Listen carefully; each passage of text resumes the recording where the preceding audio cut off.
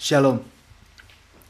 Saya sungguh bersyukur karena kita semua dapat kesempatan sekali lagi untuk bisa berkumpul di dalam sesi online saat ini. Mari sama-sama kita sebelum mengikuti dan mendengarkan, menikmati firman Tuhan yang akan dibawakan oleh hambanya, kita sama-sama memuji menyembah Tuhan. Bapak Ibu Saudara sekalian, tidak ada tempat yang lebih indah daripada hadirat Tuhan. Tidak ada tempat yang lebih menyenangkan dibandingkan duduk di dalam dekapan kasih-Nya. Mari dengan iman kita saat ini kita datang, masuk ke dalam hadirat-Nya dan menyembah Raja di atas segala raja. Bapa, Kau setia, takkan meninggalkan, dan ku percaya Engkau milikku dan ku milikmu. Kerinduanku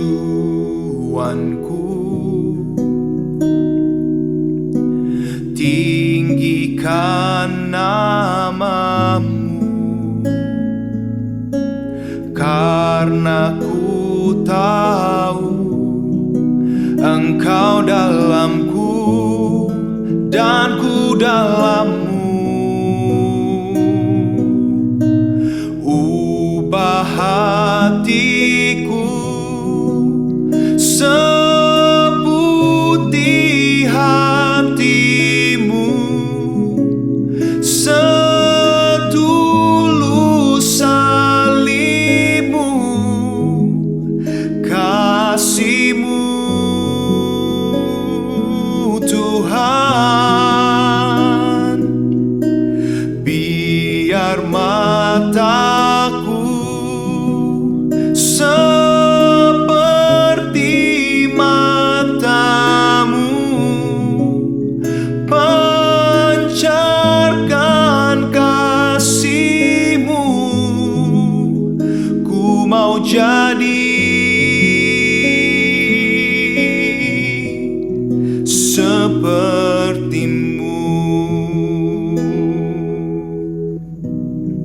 Kami mau menyembah-Mu Tuhan.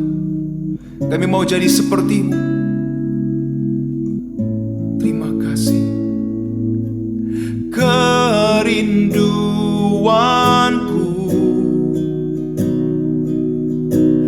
tinggikan namamu, karena ku tahu Engkau dalamku dan ku dalammu. Ubah hatiku seputih hatimu, setulus salibmu, kasih-Mu Tuhan. Biar mataku seperti matamu, pancarkan kasih-Mu. Ku mau jadi seperti-Mu.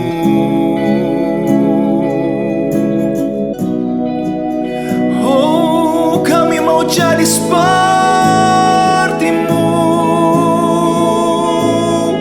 Bapa. Kami mau punyai hati-Mu, memandang dengan mata-Mu,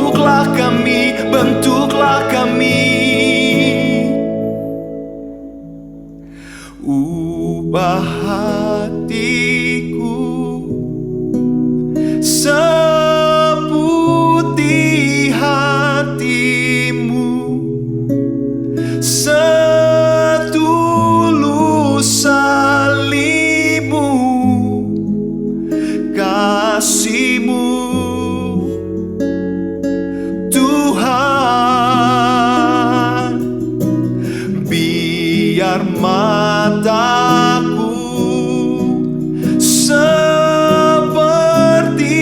matamu,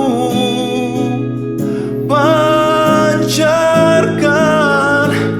kasih-Mu. Ku mau jadi, oh, ku mau jadi, yeah, ku mau jadi seperti-Mu.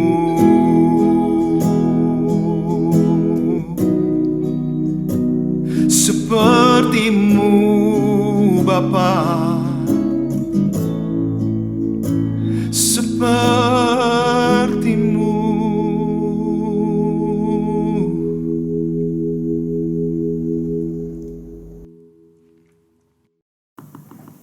Oke, sebelum kita lanjut ke sesi pengajaran Kidung Agung minggu ini, kita mau nyanyikan satu lagu lagi. Dan siapa yang percaya sama-sama saya bahwa Tuhan kita adalah Tuhan yang sungguh amat baik. Amin. God is good all the time, and all the time God is good. Amin. Saya sungguh percaya itu. Apapun yang Tuhan izinkan boleh terjadi dalam hidup kita, saya percaya tidak ada satupun yang buat mencelakakan kita. Ya, kita mau harus sungguh-sungguh pegang teguh bahwa apapun yang diizinkan terjadi, baik yang kita rasa baik, kita senang, kita suka cita, maupun yang kita rasa kok kayak gini ya, kok kayaknya nggak sesuai dengan yang saya harapkan, semuanya pasti untuk kebaikan kita. Kenapa? Karena Raja kita, Raja yang sangat mengasihi, mempelainya kita semua. Amin.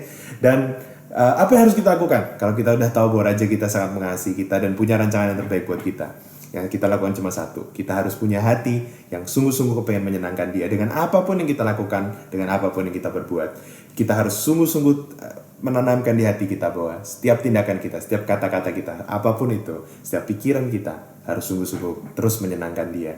Karena kita tahu saat hidup kita terus menyenangkan Dia, maka kita tidak usah khawatir. Apapun yang terjadi, pasti itu yang terbaik buat kita. Amin. Saya mau ajak kita untuk menyanyikan satu lagu ini. Lagu yang kita semua udah kenal, sudah sangat kenal. Lagu yang sangat familiar, yang berkata, Tuhan, ku mau menyenangkan. Mari sama-sama.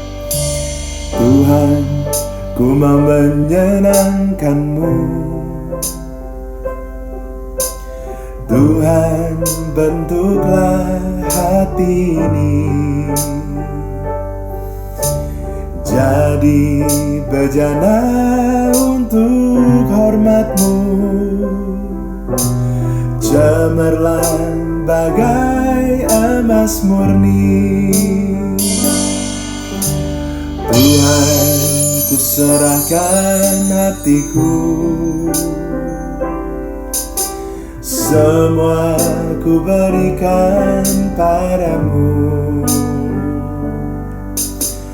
Kuduskan hingga tulus selalu, agar aku menyenangkan-Mu. Katakan dari hatimu. Menyenangkan-Mu, senangkan-Mu, hanya itu kerinduanku. Menyenangkan-Mu, senangkan hatimu, hanya itu kerinduanku.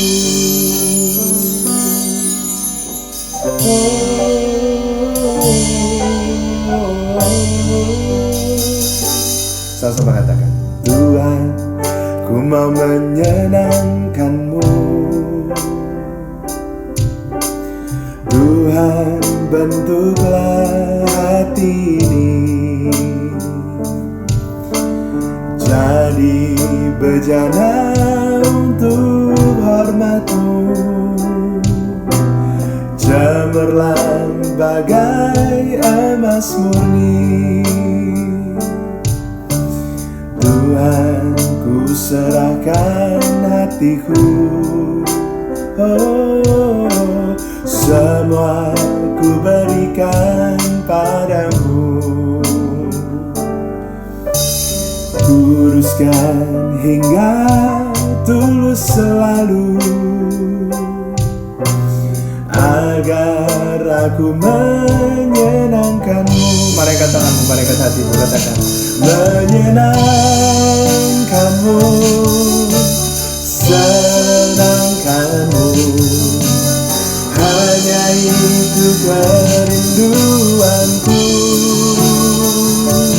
Menyenangkanmu, senangkan hatimu, hanya itu kerinduanku. Oh, menyenangkanmu, senangkanmu, hanya itu kerinduanku.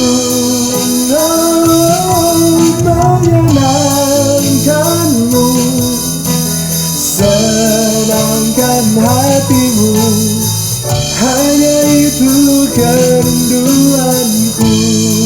Oh, hanya itu kerinduanku, hanya itu kerinduanku, hanya itu Tuhan menyenangkanmu.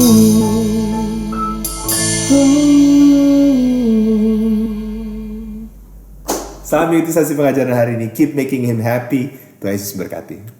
Shalom Bapak Ibu dan anak-anak semuanya. Selamat malam. Kita berjumpa lagi di dalam sesi Song of Songs yang hari ini kita sudah sampai di pasal yang keempat ya. Pasal keempat ini adalah sesi yang ketujuh. Mungkin pasal 4 ini nanti akan saya bagi di dalam menjadi 4 atau 5 sesi. Kenapa begitu? Supaya kita nggak rush ya, karena pasal 4 ini kan kita udah mulai masuk yang lebih dalam, sehingga yang malam ini kita akan ayat 1 sampai ayat 5 saja. Itu saja sudah, mungkin malam ini kita istilahnya makan kenyang ya. Kalau kemarin kita hanya side dish, nah ini kita makan kenyang. Cukup panjang sesinya. Semoga Anda semua mendapatkan sesuatu yang berharga untuk kita mengenal Tuhan kita lebih lagi. Sebelum kita mulai, mari kita satukan hati di dalam doa. Demi nama Bapa, Putra dan Roh Kudus. Amin.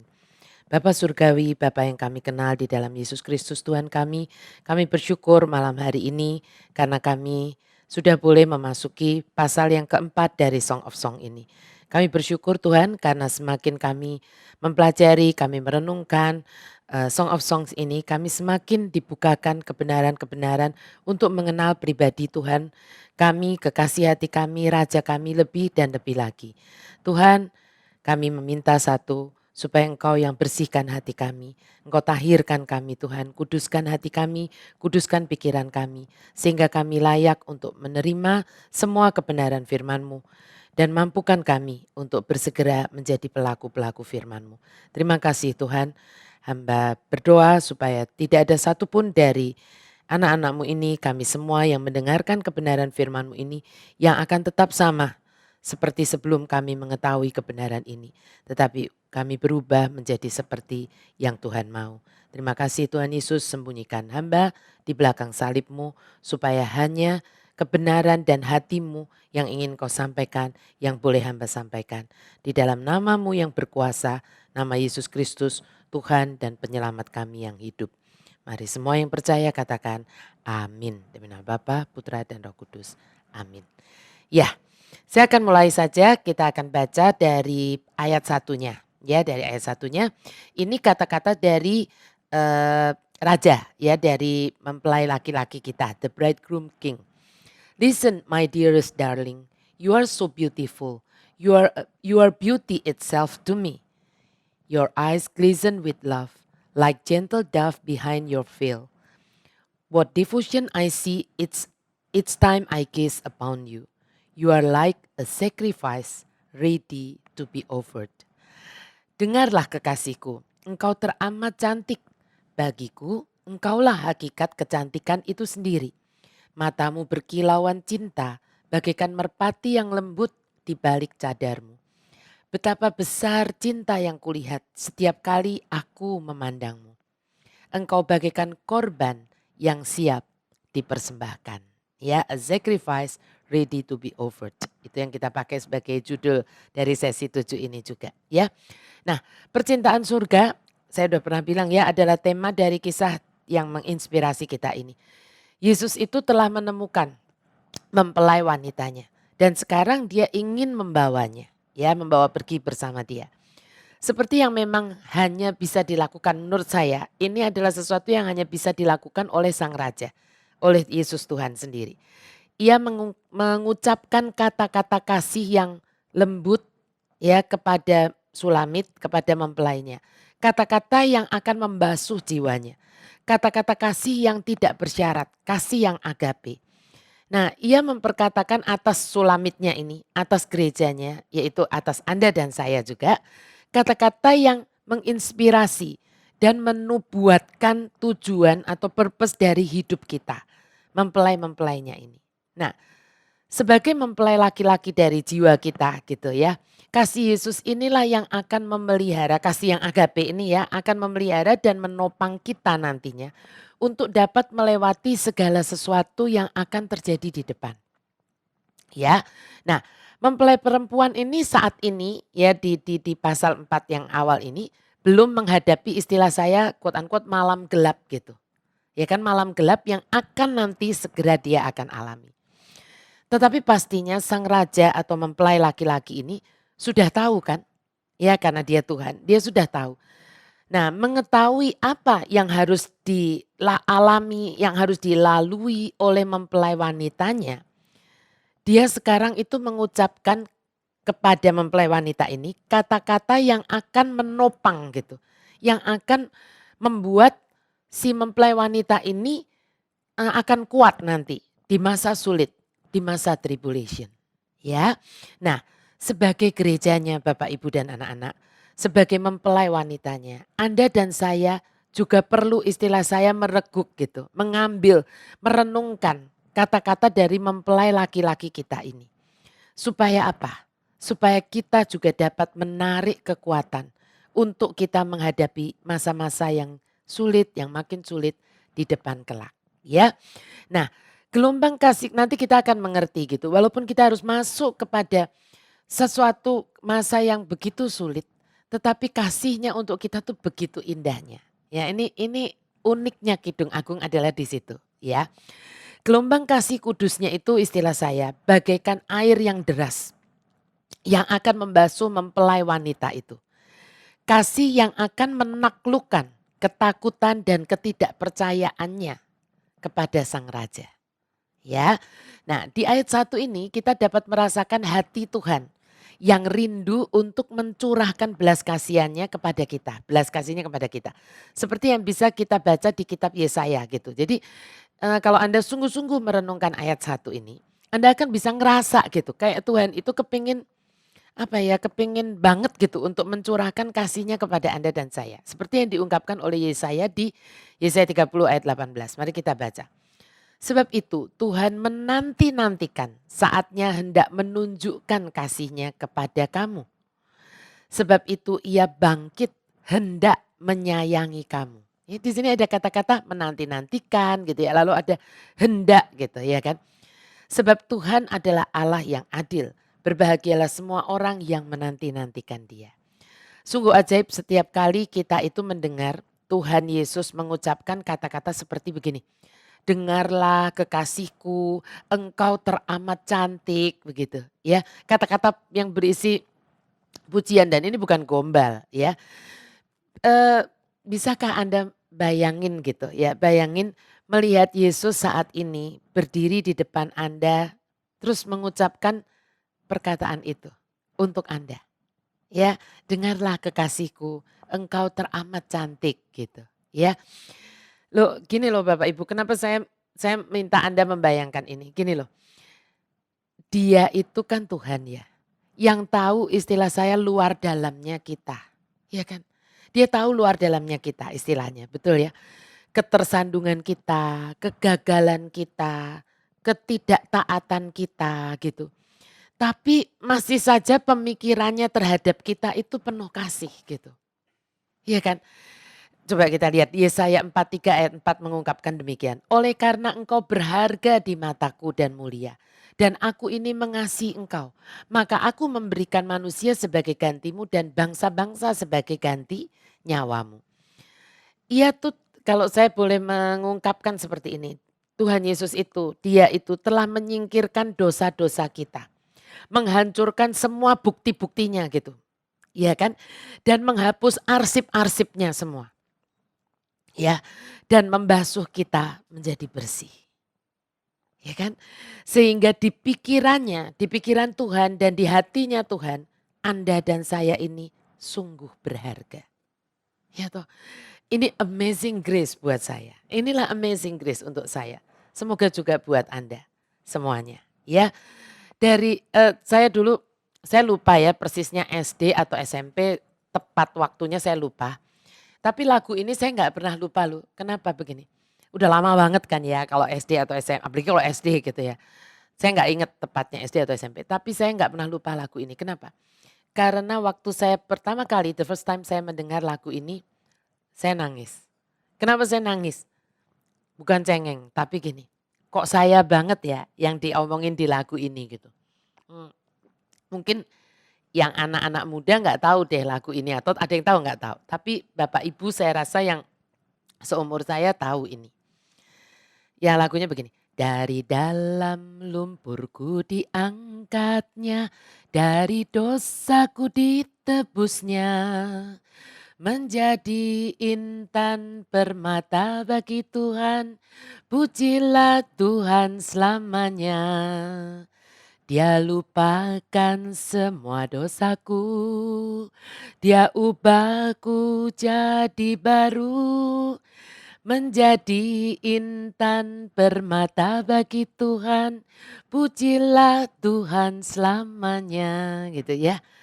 Buat saya tuh keren banget gitu. Mungkin lagunya sederhana. Mungkin next kalau kita sudah bisa offline, nggak online lagi, sudah bisa di Prisma nanti kapan-kapan kita minta tim worshiper dari HOTK menyanyikan ini gitu ya. Tadi dia ubah hidupku baru gitu ya. Mengubah hidupku ini jadi baru. Menghapus semua dosaku. Ya, kita tadi membaca ada ungkapan apa? Bagiku engkaulah hakikat kecantikan itu sendiri. Loh coba Bapak Ibu dan anak-anak. Tuhan itu kan yang menciptakan keindahan ya. Tuhan yang menciptakan keindahan ini menyebut mempelai perempuannya itu hakikat kecantikan itu sendiri. Padahal bisa saja kan dia itu memakai apapun gitu dari ciptaannya. Ya. Namun dia memakai kita untuk menggambarkan keindahan, bahkan kecantikan itu sendiri. Ya kan hakikat kecantikan itu sendiri. Buat saya pribadi hal ini sangat mengharukan. Saat satu pribadi yang maha sempurna, tapi juga sekaligus maha tahu, sekaligus maha melihat. Yang pastinya bisa melihat semua kekotoran dan semua ketidaksempurnaan dalam diri saya. Masih mau menyebut saya itu sebagai hakikat kecantikan itu sendiri. Bagaimana mungkin saya bisa tidak jatuh cinta kepada satu pribadi yang luar biasa ini. Ya kan? Menurut saya nggak pernah akan ada manusia yang setelah tahu semua keburukan dan kekotoran Anda yang akan tetap menggambarkan Anda seperti itu. Amin. Ya. Apa yang Yesus atau mempelai laki-laki kita ini ingin Anda dan saya itu pahami lewat ungkapan cintanya yang seperti ini? Apa sebetulnya keinginan dia gitu? Ya, ada dua yang saya tangkap. Yang pertama adalah dia ingin kita itu mengerti bahwa kasihnya tidak berubah-ubah tergantung suasana hatinya. Tuhan itu kasihnya kepada kita enggak tergantung moodnya, enggak. Ya, belas kasih Yesus itu akan tetap ada meskipun Anda dan saya itu gagal. Meskipun Anda dan saya tidak dewasa, tidak konsisten saat berjalan dengan dia. Abba kita itu adalah seorang sahabat yang tetap akan menyebut kita itu cantik. Bahkan saat kita sendiri merasa diri kita tidak cantik. Ya, jantungnya itu istilah saya selalu berdegup kencang. Dan sukacita, berdegup kencang bukan deg-degan ya, tapi berdegup kencang dengan sukacita gitu. Saat kita itu mau mendekat kepadanya. Bahkan saat kita itu merasa hidup kita ini semuanya salah. Tapi Anda mau mendekat kepada dia, itu dia senang banget gitu. Sukacita banget. Ya, pertanyaannya mengapa dia senang sama kita, suka sama kita, bahkan jatuh cinta pada kita? Gak pernah ada yang tahu jawabannya. Inilah yang disebut misteri ilahi. Ya, bahwa Anda dan saya dicintai di dalam ketidakdewasaan kita, diterima di dalam ketidaksempurnaan kita, adalah sebuah pesan penting yang harusnya gitu membuat kita ini tidak pernah takut untuk mendekat dan mempercayai, mempelai laki-laki kita ini dengan segenap hati kita, dengan segenap pikiran dan jiwa kita. Ya, siapa bilang amin? Amin ya. Mari kita lihat. Nah ini saya ingin bacakan satu firman yang ini tentang hubungan Kristus dengan jemaatnya, dengan gerejanya, yang sebetulnya ini makanya dia bilang ini adalah hubungan suami istri, itu melambangkan hubungan Kristus dengan jemaatnya. Coba kita lihat ya. Paulus mengatakan di dalam Efesus 5 ayat 29-30. Sebab tidak pernah orang membenci tubuhnya sendiri, tetapi mengasuhnya dan merawatinya. Sama seperti Kristus terhadap jemaat. Lalu alasannya begini, karena kita adalah anggota tubuhnya. Ya, karena kita adalah anggota tubuhnya. Mungkin apa yang diungkapkan Paulus ini ya bisa menjadi bocoran gitu. Bocoran alasan mengapa Yesus itu enggak bisa enggak mencintai Anda dan saya. Karena apa? Karena Anda dan saya adalah tubuhnya. Ya, tubuhnya Tuhan Yesus. Makanya jangan pernah Anda melepaskan diri dari tubuhnya ini. Itu karena kalau Anda melepaskan itu sama dengan Anda melepaskan diri dari kasihnya yang luar biasa ini. Ya, bisa paham ya sampai di sini? Saya ingin Anda semua sungguh memahami prinsip ini sampai istilahnya mendarah daging gitu. Ya, supaya apa? Supaya kita ini nggak hanya nggak gampang-gampang gitu. Melainkan nggak akan pernah, bukan nggak gampang-gampang, tapi nggak akan pernah menggadaikan iman kita itu dengan apapun. Ya, jangan pernah keluar dari melepaskan diri dari tubuhnya Tuhan Yesus ini. Karena begitu Anda melepaskan diri, makanya Tuhan berkata you can do nothing. Ya. Nah, saya berharap saya bisa mendengar amin yang kuat dari Anda semua nih malam ini ya. Nah, sekarang yang kedua. Apa keinginan Tuhan dengan mengutarakan kasihnya yang sedemikian ajaib ini ya. Yang kedua, ya yang kedua adalah dia ingin kita semua ini menangkap gitu. Bahwa dengan dan dalam kasihnya yang luar biasa dan tidak pernah berubah ini yang di alasan yang pertama tadi. Serta penerimaannya yang ajaib terhadap segala kelemahan kita, kegagalan kita. Namun begini, dia tetap ingin Anda dan saya ini berubah menjadi lebih baik. Ya, dan makin sempurna. Ingat ya pada pasal yang sebelumnya saya pernah berkata bahwa Bapa, Putra dan Roh Kudus itu sangat ingin bekerja sama untuk mengenhance ya kan menambah gitu kecantikan kita ya. Jadi walaupun dia menerima kita apa adanya, dia tidak ingin kita itu terus di situ. Iya kan? Tetapi inilah misteri yang ajaib. Begini. Saya mau bacakan juga satu dari Efesus 5 yang ayat 25 sampai 27-nya ya. Karena ini seringkali mindset kita itu salah gitu. Salah kaprah karena yang terjadi di dunia ini memang salah kaprah ya, kita baca. Hai suami, kasihlah istrimu sebagaimana Kristus telah mengasihi jemaat dan telah menyerahkan dirinya baginya untuk menguduskannya. Itu Tuhan Yesus semua yang lakuin. Sesudah ia menyucikannya dengan memandikannya dengan air dan firman. Supaya dengan demikian dia menempatkan jemaat di hadapan dirinya dengan cemerlang, tanpa cacat dan kerut atau yang serupa itu. Tetapi supaya jemaat kudus dan tidak bercela. Dalam kasihnya dia itu ingin terus membasuh, memurnikan kita sampai Anda dan saya itu tidak bercacat di hadapan Bapaknya nanti di sorga. Ya. Nah gini, banyak suami ingin mengubah istrinya dan juga sebaliknya. Tapi biasanya caranya itu dengan apa? Menuntut. Ya, kalau kamu tidak berubah-berubah juga, jangan salahin ya kalau aku tidak bisa mencintai kamu. Suaminya bilang begitu. Istrinya juga berkata kepada suaminya, kalau kamu tetap nggak berubah, jangan salahin ya, gua nggak bisa tunduk sama lo. Ya kan? Nah, karena konsep saling menuntut ini sudah begitu nancepnya di hati dan pikiran kita. Istilahnya sudah mendarah daging tadi ya. Mindset ini juga yang kita bawa akhirnya dalam menanggapi cintanya Tuhan. Gitu. Nah, banyak orang Kristen berpikir saat mereka menjawab yes I do gitu sama Tuhan kepada prosesnya Tuhan, mereka akan digembleng tanpa ampun oleh Tuhan dan Tuhan itu hanya nonton gitu dari jauh. Ya, dan saat akhirnya kita terseok-seok gitu, apalagi saat kita tuh tersandung, apalagi gagal memenuhi standarnya Tuhan, dia pasti akan, ya itu seperti suami kita atau seperti istri kita akan membuang kita dan tidak lagi bisa menyayangi kita. Itu konsep yang ada di mindset kita.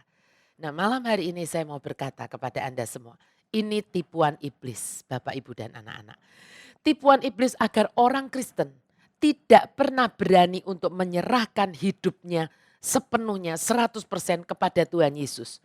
Dan bersedia diproses untuk menjadi mempelai-mempelainya. Karena apa? Karena takut. Karena takut.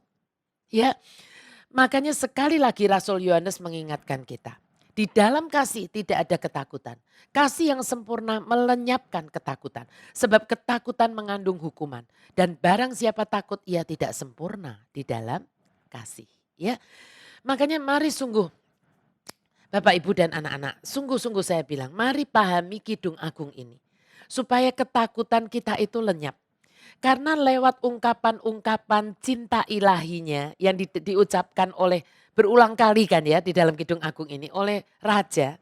Mempelai laki-laki kita kepada Sulamitnya itu ya gerejanya yaitu Anda dan saya.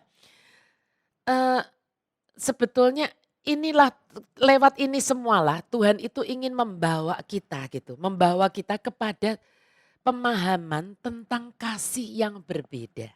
Dengan kasih yang ada di dunia ini. Yang sudah terlalu nempel di otak kita gitu. Dan hati kita. Ya, sehingga proses pemurnian terhadap para calon mempelainya itu sampai bisa menjadi mempelainya. Itu pun sebetulnya pastilah proses yang sangat berbeda dengan yang kita sanggup pikirkan. Ya, yang kita sanggup pikirkan. Hanya istilah saya, hanya kuasa kasih agape lah yang dapat menghancurkan yang namanya dosa bawaan.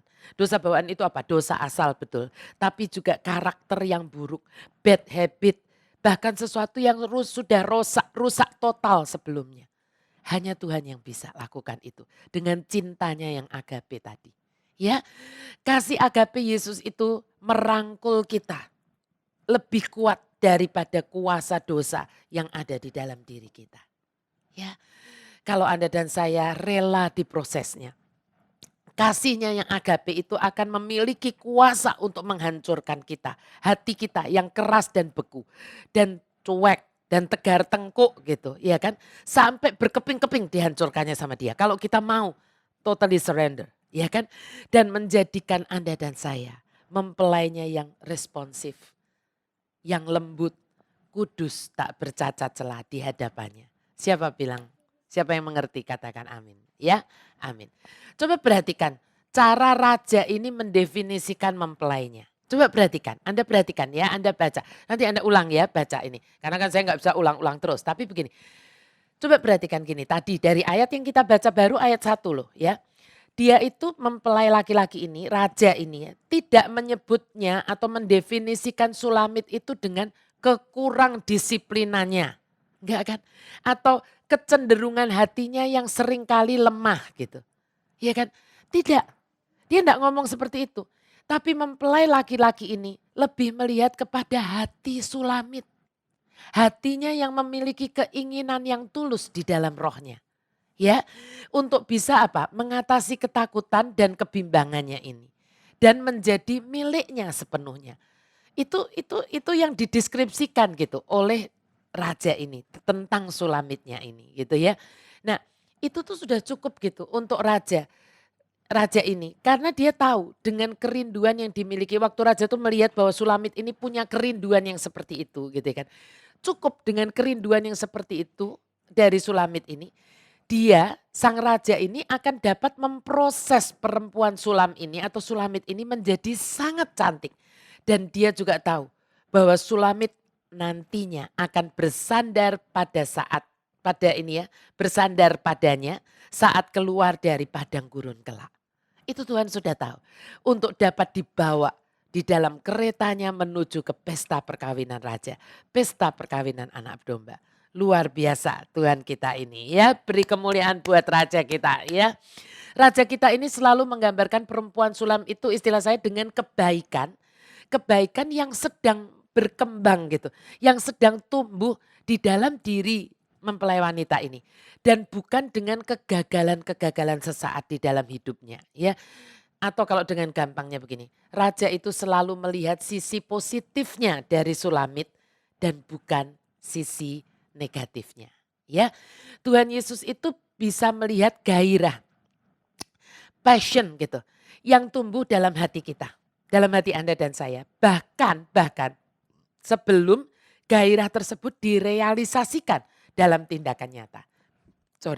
Jadi masih berupa gairah. Tuhan udah bisa lihat. Tuhan itu bisa ngerasain gitu.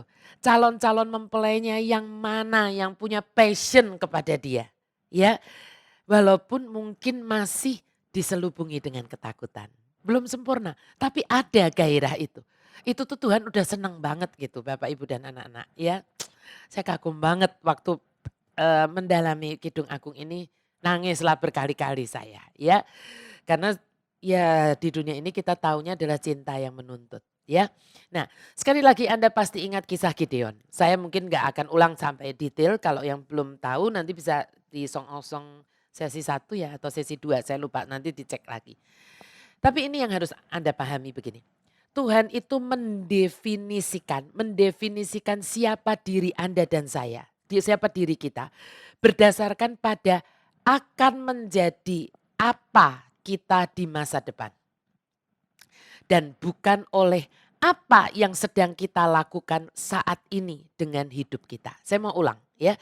Tuhan itu mendefinisikan siapa diri kita, diri Anda dan saya berdasarkan pada akan jadi seperti apa kita di masa depan. Dan bukan oleh apa yang sedang atau saat ini sedang kita lakukan ya dengan hidup kita. Gideon itu kan secara fakta saat ditemui Tuhan sedang ngapain kan, ingat ya, sedang ngumpet di tempat pengirikan.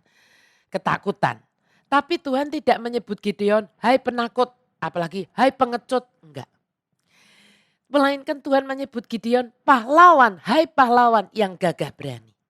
Kenapa? Karena memang itulah purpose Tuhan untuk Gideon. Ya, Tuhan selalu melihat tujuan hidupnya atas kita. Dan dia menggambarkan kita dengan tujuan itu. Keren ya. Akhirnya kita semua tahu kan. Anda juga tahu yang baca kisahnya Gideon. Gideon jadi pengecut atau jadi pahlawan yang gagah berani. Anda dan saya yang menjawabnya. Ya, nah makanya gini. Orang bilang kalau belajar psikologi pasti akan jauh sama Tuhan. Enggak. Kalau sudah dekat sama Tuhan dulu, belajar psikologi akan makin dekat sama Tuhan. Kenapa begitu? Saya mau ngomong begini. Ilmu psikologi itu sebenarnya mencontoh Tuhan. Bukan sebaliknya Tuhan belajar psikologi. Enggak ya. Nah mari belajar dari Tuhan untuk bisa melihat seseorang. Termasuk anak-anak Anda. Anak jasmani maupun anak rohani gitu ya. Lewat kacamata Tuhan. Maksudnya gini. Mari sepakat dengan Tuhan dalam melihat seseorang. Ya. Saya kasih contoh begini. Saat ini anak Anda tuh bandel banget gitu. Ya kan? Coba bawa di dalam doa. Coba hadapkan kepada Tuhan anak Anda ini ya. Dan tanya pada Tuhan. Sebenarnya Tuhan, purpose Tuhan untuk anakku ini yang bandel banget ini nih apa sih gitu. Ya. Nah bisa saja Tuhan mungkin bilang kepada Anda bahwa anak Anda ini adalah mighty warriorku. Ya kan, my mighty warrior. His mighty warrior. Anda mungkin bingung, kok bandel Tuhan? Mighty warrior kok bandel? Nah Tuhan bilang ya kebandelan yang diserahkan kepada Tuhan akan diubah jadi keuletan. Tetapi kebandelan yang dididik tanpa campur tangan Tuhan hanya akan menghasilkan dua hal. Kalau anak ini temperamennya kolerik, dia akan menjadi anak yang tegar tengkuk. Tapi kalau temperamennya melankolik, luka di jiwa. Ya, ini, ini di ilmu psikologi diajarkan. Di Alkitab udah lebih dulu. Ya, nah saya itu Bapak Ibu dan anak-anak, kalau saya sedang doain orang tuh kadang-kadang saya suka bingung loh. Kalau Tuhan itu tiba-tiba Tuhan tuh mengganti nama orang tersebut gitu. Saya kadang-kadang suka bingung. Misalnya begini, ada orang datang ke saya, kayaknya orang ini Bu saya tuh gimana ya Bu nanti kalau begini, gimana kalau begitu gitu kan. Ini kan orang yang mengkhawatirkan banyak hal gitu ya. Tapi tiba-tiba Tuhan itu panggil dia, aku memanggil dia, aku menamai dia Deborah gitu. Saya bingung sampein nggak ya? Sampein nggak ya? Ya udah saya belajar taat sama Tuhan, sampein aja gitu ya. Misalnya gini, nama aslinya Marta gitu ya. Orang yang Marta itu kan kata Tuhan apa? Orang yang menguatirkan diri dengan banyak perkara gitu ya. Hai Marta, kenapa kamu menyusahkan diri dengan banyak perkara gitu ya. Tapi ya pas saya doain, tiba-tiba Tuhan panggil orang ini Deborah. Ya artinya itu yang Tuhan lihat di masa depan dia. Betul ya? Ya saya harus sepakat dengan Tuhan bahwa dia adalah Deborahnya Tuhan. Dia bukan Marta gitu ya kan. Dia warrior bride-nya Tuhan. Yang hampir-hampir enggak punya rasa takut terhadap apapun. Bahkan melebihi para pria yang menjadi hakim saat itu. Betul kalau Anda tahu kisahnya baca tentang Deborah di kitab Hakim-Hakim. Deborah itu hakim wanita yang keren banget gitu ya. Nah hal-hal seperti ini Bapak Ibu dan anak-anak. Anda dan saya harus mulai belajar memahami. Ya, saya supaya gini, supaya Anda tidak sembrono gitu, menilai orang lain atas dasar apa yang Anda lihat dengan kasat mata kita, dengan mata jasmani kita. Dan ini hanya bisa Anda peroleh. Ya, belajar melihat dengan kacamata Tuhan ini hanya bisa kita peroleh dengan bergaul karib dengan Tuhan. Lain tidak. Kalau Anda sungguh rindu mengerti hatinya. Ya, minta untuk Anda bisa melihat segala sesuatu itu baik orang, ya peristiwa itu dan lain-lain ya dengan kacamata Tuhan gitu. Dan bukan hanya dengan mata manusia kita yang amat sangat terbatas ini. Ya, amin ya. Semoga Anda bisa paham bahwa Tuhan itu adalah istilah saya keren loh. Tuhan itu adalah Tuhan yang memanggil sesuatu sebelum itu ada. Nah, ini Anda perlu tahu. Jadi kalau Anda dan saya mau sepakat dengan Tuhan, kita juga bisa memanggil yang belum ada itu. Dan menjadikannya ada. Di dalam nama Tuhan Yesus dan pastinya seturut kehendaknya. Bukan semau-maunya Anda sendiri gitu ya kan. Anda kepengen jadi milioner. Lalu Anda bilang saya pokoknya jadi milioner terus. Ya apakah Tuhan rencananya buat Anda itu? Ya kan. Nah ini kita mesti tahu dulu. Saya mau beri satu contoh lagi supaya Anda bisa lebih jelas dan nanti bisa mempraktekannya ya di dalam hidup Anda atau dalam keluarga Anda kalau yang udah berkeluarga. Begini, Bapak Ibu dan anak-anak tahu saya punya satu anak, Deo. Semua orang kenalnya manggilnya kan Deo, Deo begitu. Tapi sebetulnya kan namanya lengkapnya bukan cuma Deo. Namanya adalah Ezra Tadeo. Tapi karena kecil daripada manggil Ezra, Ezra nanti cadel susah ya nama Ezra. Jadi Deo gitu ya. Tapi nama sesungguhnya Tuhan berikan itu Ezra. Kita tahu Ezra itu siapa? Ezra itu imam Tuhan ya. Ada satu kitabnya sendiri tuh kitab Ezra ya imam Tuhan. Nah pertanyaan saya, apa cocok dengan fakta dan pembawaan Deo gitu? Ya enggak banget. Waktu kecil gitu ya kan baca Alkitab rada males jujurnya gitu. Kalau doa tuh maunya sambil tiduran gitu. Kalau saya masuk ke kamarnya Deo, Deo tuh paling sebel kalau saya tuh minta Deo berdoanya duduk waktu kecil ya. Masih kecil dan saya selalu mengingatkan dengan ngomong begini. Deo ingat loh 24 tua-tua tuh ya di hadapan tata Tuhan Yesus gitu. Itu tuh tersungkur loh gitu. Itu dia paling sebel gitu ya. Maksud saya tuh loh 24 tua-tua aja menghormati Tuhan kayak begitu gitu ya. Nah tapi begini, saya itu belajar untuk mau tetap sepakat gitu dengan Tuhan bahwa dia itu imam di hadapan Tuhan. Ya, bukan maksudnya harus jadi pastor dalam artian Romo ya, bukan. Tetapi begini, Ezra kan dikatakan suka meneliti firman Tuhan, Taurat Tuhan dan mengajarkannya. Menelitinya siang dan malam mengajarkannya pada orang gitu ya kan. Nah mungkin nggak banyak orang yang tahu. Nggak banyak orang yang tahu karena orang hanya melihat Deo ya dari luarnya. Tapi nggak banyak orang yang tahu bahwa Deo suka melakukan hal itu. Walaupun dengan cara yang semakin dewasa ya, semakin dewasanya dia suka meneliti firman Tuhan dan mengajarkannya kepada orang. Walaupun dengan cara yang berbeda dengan saya pastinya. Tapi berkali-kali Deo itu share dengan saya. Betapa Tuhan itu bukakan kebenaran-kebenaran firman waktu dia nyetir gitu. Deo pernah share ke saya waktu dia dibukakan Tuhan tentang Mazmur 23. Lalu dia pernah share ke saya tentang mahkota-mahkota yang akan kita dapat waktu kita nanti di surga. Mungkin itu pernah di-sharekan di youth ya waktu itu gitu.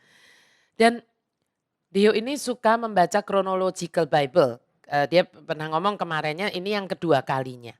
Chronological Bible itu membaca Alkitab yang urut gitu Bapak Ibu dan anak-anak. Sejujurnya saya juga pernah tapi cukuplah satu kali buat saya. Chronological Bible gitu ya. Nah semoga dengan cerita saya ini Anda bisa menjadi lebih jelas. Dan bukan sekedar jelas tetapi Anda bisa mempraktekkan untuk sepakat dengan Tuhan. Ya. Nah ada satu hal penting juga di sini sebenarnya lewat Kidung Agung 4 ayat yang satu ini baru ayat 1 loh ya. Tapi memang banyak banget yang Tuhan mau kita ketahui. Tuhan itu pengen kita tahu yang namanya pelayanan. Makanya di broadcast kan saya bilang ini sesi malam ini penting untuk orang yang sudah terjun di dalam pelayanan. Gini, pelayanan di akhir zaman ini khususnya ya di akhir zaman ini gereja itu harus mengikuti contoh dalam Kidung Agung ini. Apa itu? Bahwa begini, mereka atau Anda dan saya kalau kita ini dipercayai untuk mengurus dan memelihara para mempelai wanita Tuhan. Loh betul ya, orang-orang di bawah kita ini para calon mempelainya Tuhan loh. Ya, kalau kita dipercaya seperti itu, kita ini haruslah menjadi orang-orang yang meneguhkan, yang membentuk tujuan hidup, yang mendorong dan mengasihi orang lain. Saat Anda dan saya dipercayai oleh Tuhan untuk menjadi pelayan-pelayan Tuhan, haruslah kita itu berfokus bukan kepada ketidaksempurnaan, ketidakmampuan, kelemahan-kelemahan orang-orang tersebut. Melainkan pada apa? Pada kebaikan rencana Tuhan yang sedang Tuhan kerjakan dan Tuhan kembangkan gitu di dalam diri orang tersebut. Ya, mereka yang bekerja sama dengan Tuhan Yesus di dalam menghasilkan mempelai-mempelai wanita yang mempesona akan selalu meneguhkan dan bukan mengintimidasi. Anda ini dititipin loh, suruh melayani. Ya, jadi jangan mengintimidasi. Dari mana teladan itu kita bisa ambil? Pastinya dari raja kita, mempelai laki-laki kita sendiri. Yang rela dan sabar menunggu istilah saya di sepanjang kekekalan. Sampai mempelai perempuannya ini siap. Kalau dia yang sempurna saja Bapak Ibu dan anak-anak mau sabar. Siapakah kita? Kok kita ini seringkali menakar sesama kita, betul? Kita seringkali berkata, aduh kalau orang itu mah udah gak bakal bisa berubah. Emang lu Tuhan? Ya jangan pernah cabut kalau dulu kita pernah berkata seperti itu. Saya dulu juga pernah begitu. Tetapi ketika mulai mempelajari ini, saya minta ampun sama Tuhan. Siapa saya Tuhan? Kok saya tuh menakar Tuhan? Ya menakar orang. Tuhan aja punya panjang sabar. Ya yang seperti itu. Nah. Dari pasal 4 ayat 1 sampai 5 kita juga akan melihat 9 ciri perempuan sulam atau mempelainya ini. Yang adalah 9 kebaikan, ini luar biasa, 9 kebaikan yang sudah ada dan sedang berkembang gitu. Jadi kalau saya bilang sedang berkembang itu pasti belum sempurna, ya kan? Tapi sudah ada ya dan terus sedang berkembang. Yang Yesus itu lihat, raja kita ini lihat ada di dalam diri Sulamit.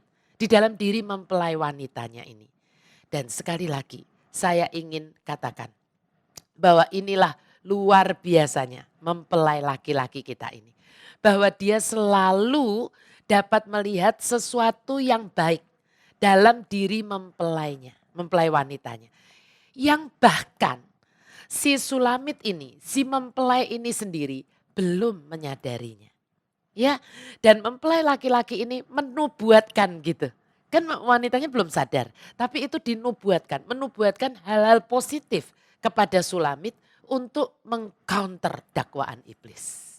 Keren ya, karena iblis selalu kerjaannya mendakwa si mempelai wanita ini, gerejanya ini, Anda dan saya. Nah tergantung Anda yang mau Anda dengerin, yang mana Anda harus pilih. Dakwaan setan, dakwaan iblis, atau kata-kata peneguhan dari mempelai kita. Nah semoga malam hari ini Anda belajar 9 peneguhan dari mempelai laki-laki kita. Ya, apa 9 ciri kebaikan yang sedang berkembang dalam diri Sulamit? Nanti akan dikeluarkan satu persatu di layar. Yang pertama, mata iman. Tadi dari ayat 1 dikatakan, matamu berkilauan cinta bagaikan merpati yang lembut di balik cadarmu. Feel, ya kan? Matanya Sulamit yang berkilauan cinta seperti merpati yang lembut ini mengacu kepada mata pengertiannya. Ya, di Efesus 1 ayat 18 dikatakan, dan supaya ia menjadikan mata hatimu terang, agar kamu mengerti pengharapan apakah yang terkandung dalam panggilannya. Betapa kayanya kemuliaan bagian yang ditentukannya bagi orang-orang kudus. Tuhan Yesus itu melihat mata hati Sulamitnya. Ya, dia melihat hati Sulamitnya ini sudah mulai terbuka gitu, sudah terbuka. Dan berkilauan dengan apa? Dengan kasih bagi dia. Perempuan Sulam ini dapat melihat sekarang, Sulamit ini bisa melihat dia, mempelai laki-lakinya ini, dengan sebagaimana sesungguhnya dia. Tadinya kan belum. Ya, nah hal pertama yang Yesus hormati dari Sulamitnya, dari gerejanya, Anda dan saya adalah mata iman kita yang lembut dan tanggap. Kemampuan kita untuk memahami berbagai hal yang supranatural. Apa itu? Yang supranatural itu apa? Bukan hal-hal gaib, bukan. Tapi begini, hal-hal yang tidak terlihat oleh mata jasmani. Ya, yang sekarang mungkin belum nampak gitu.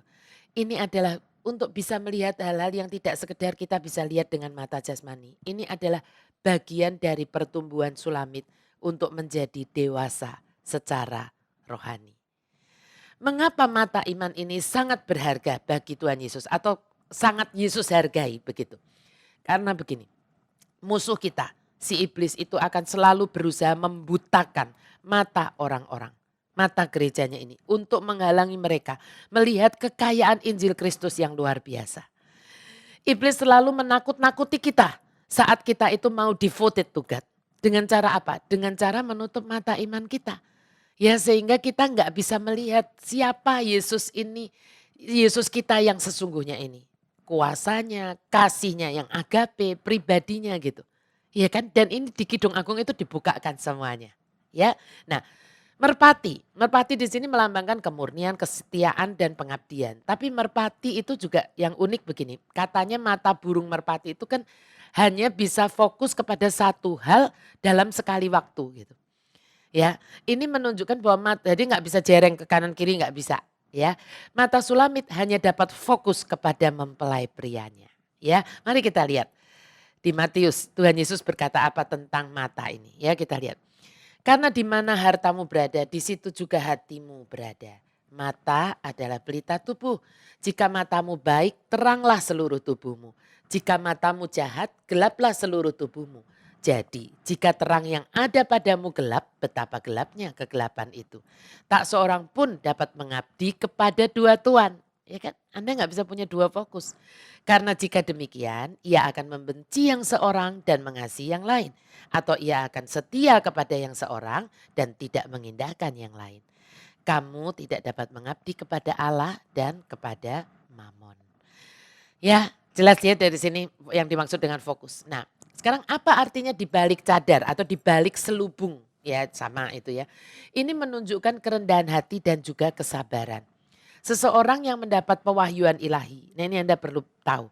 Harus belajar sabar dan rendah hati untuk menunggu waktunya Tuhan. Saat dia itu ingin membagikan pewahyuan tersebut kepada orang lain. Ya, kenapa begitu? Karena pewahyuan itu ibarat mutiara yang sangat berharga. Kita tidak boleh mengambil lalu dengan ceroboh atau seenaknya membagikannya kepada mereka yang tidak memiliki hati untuk menerimanya.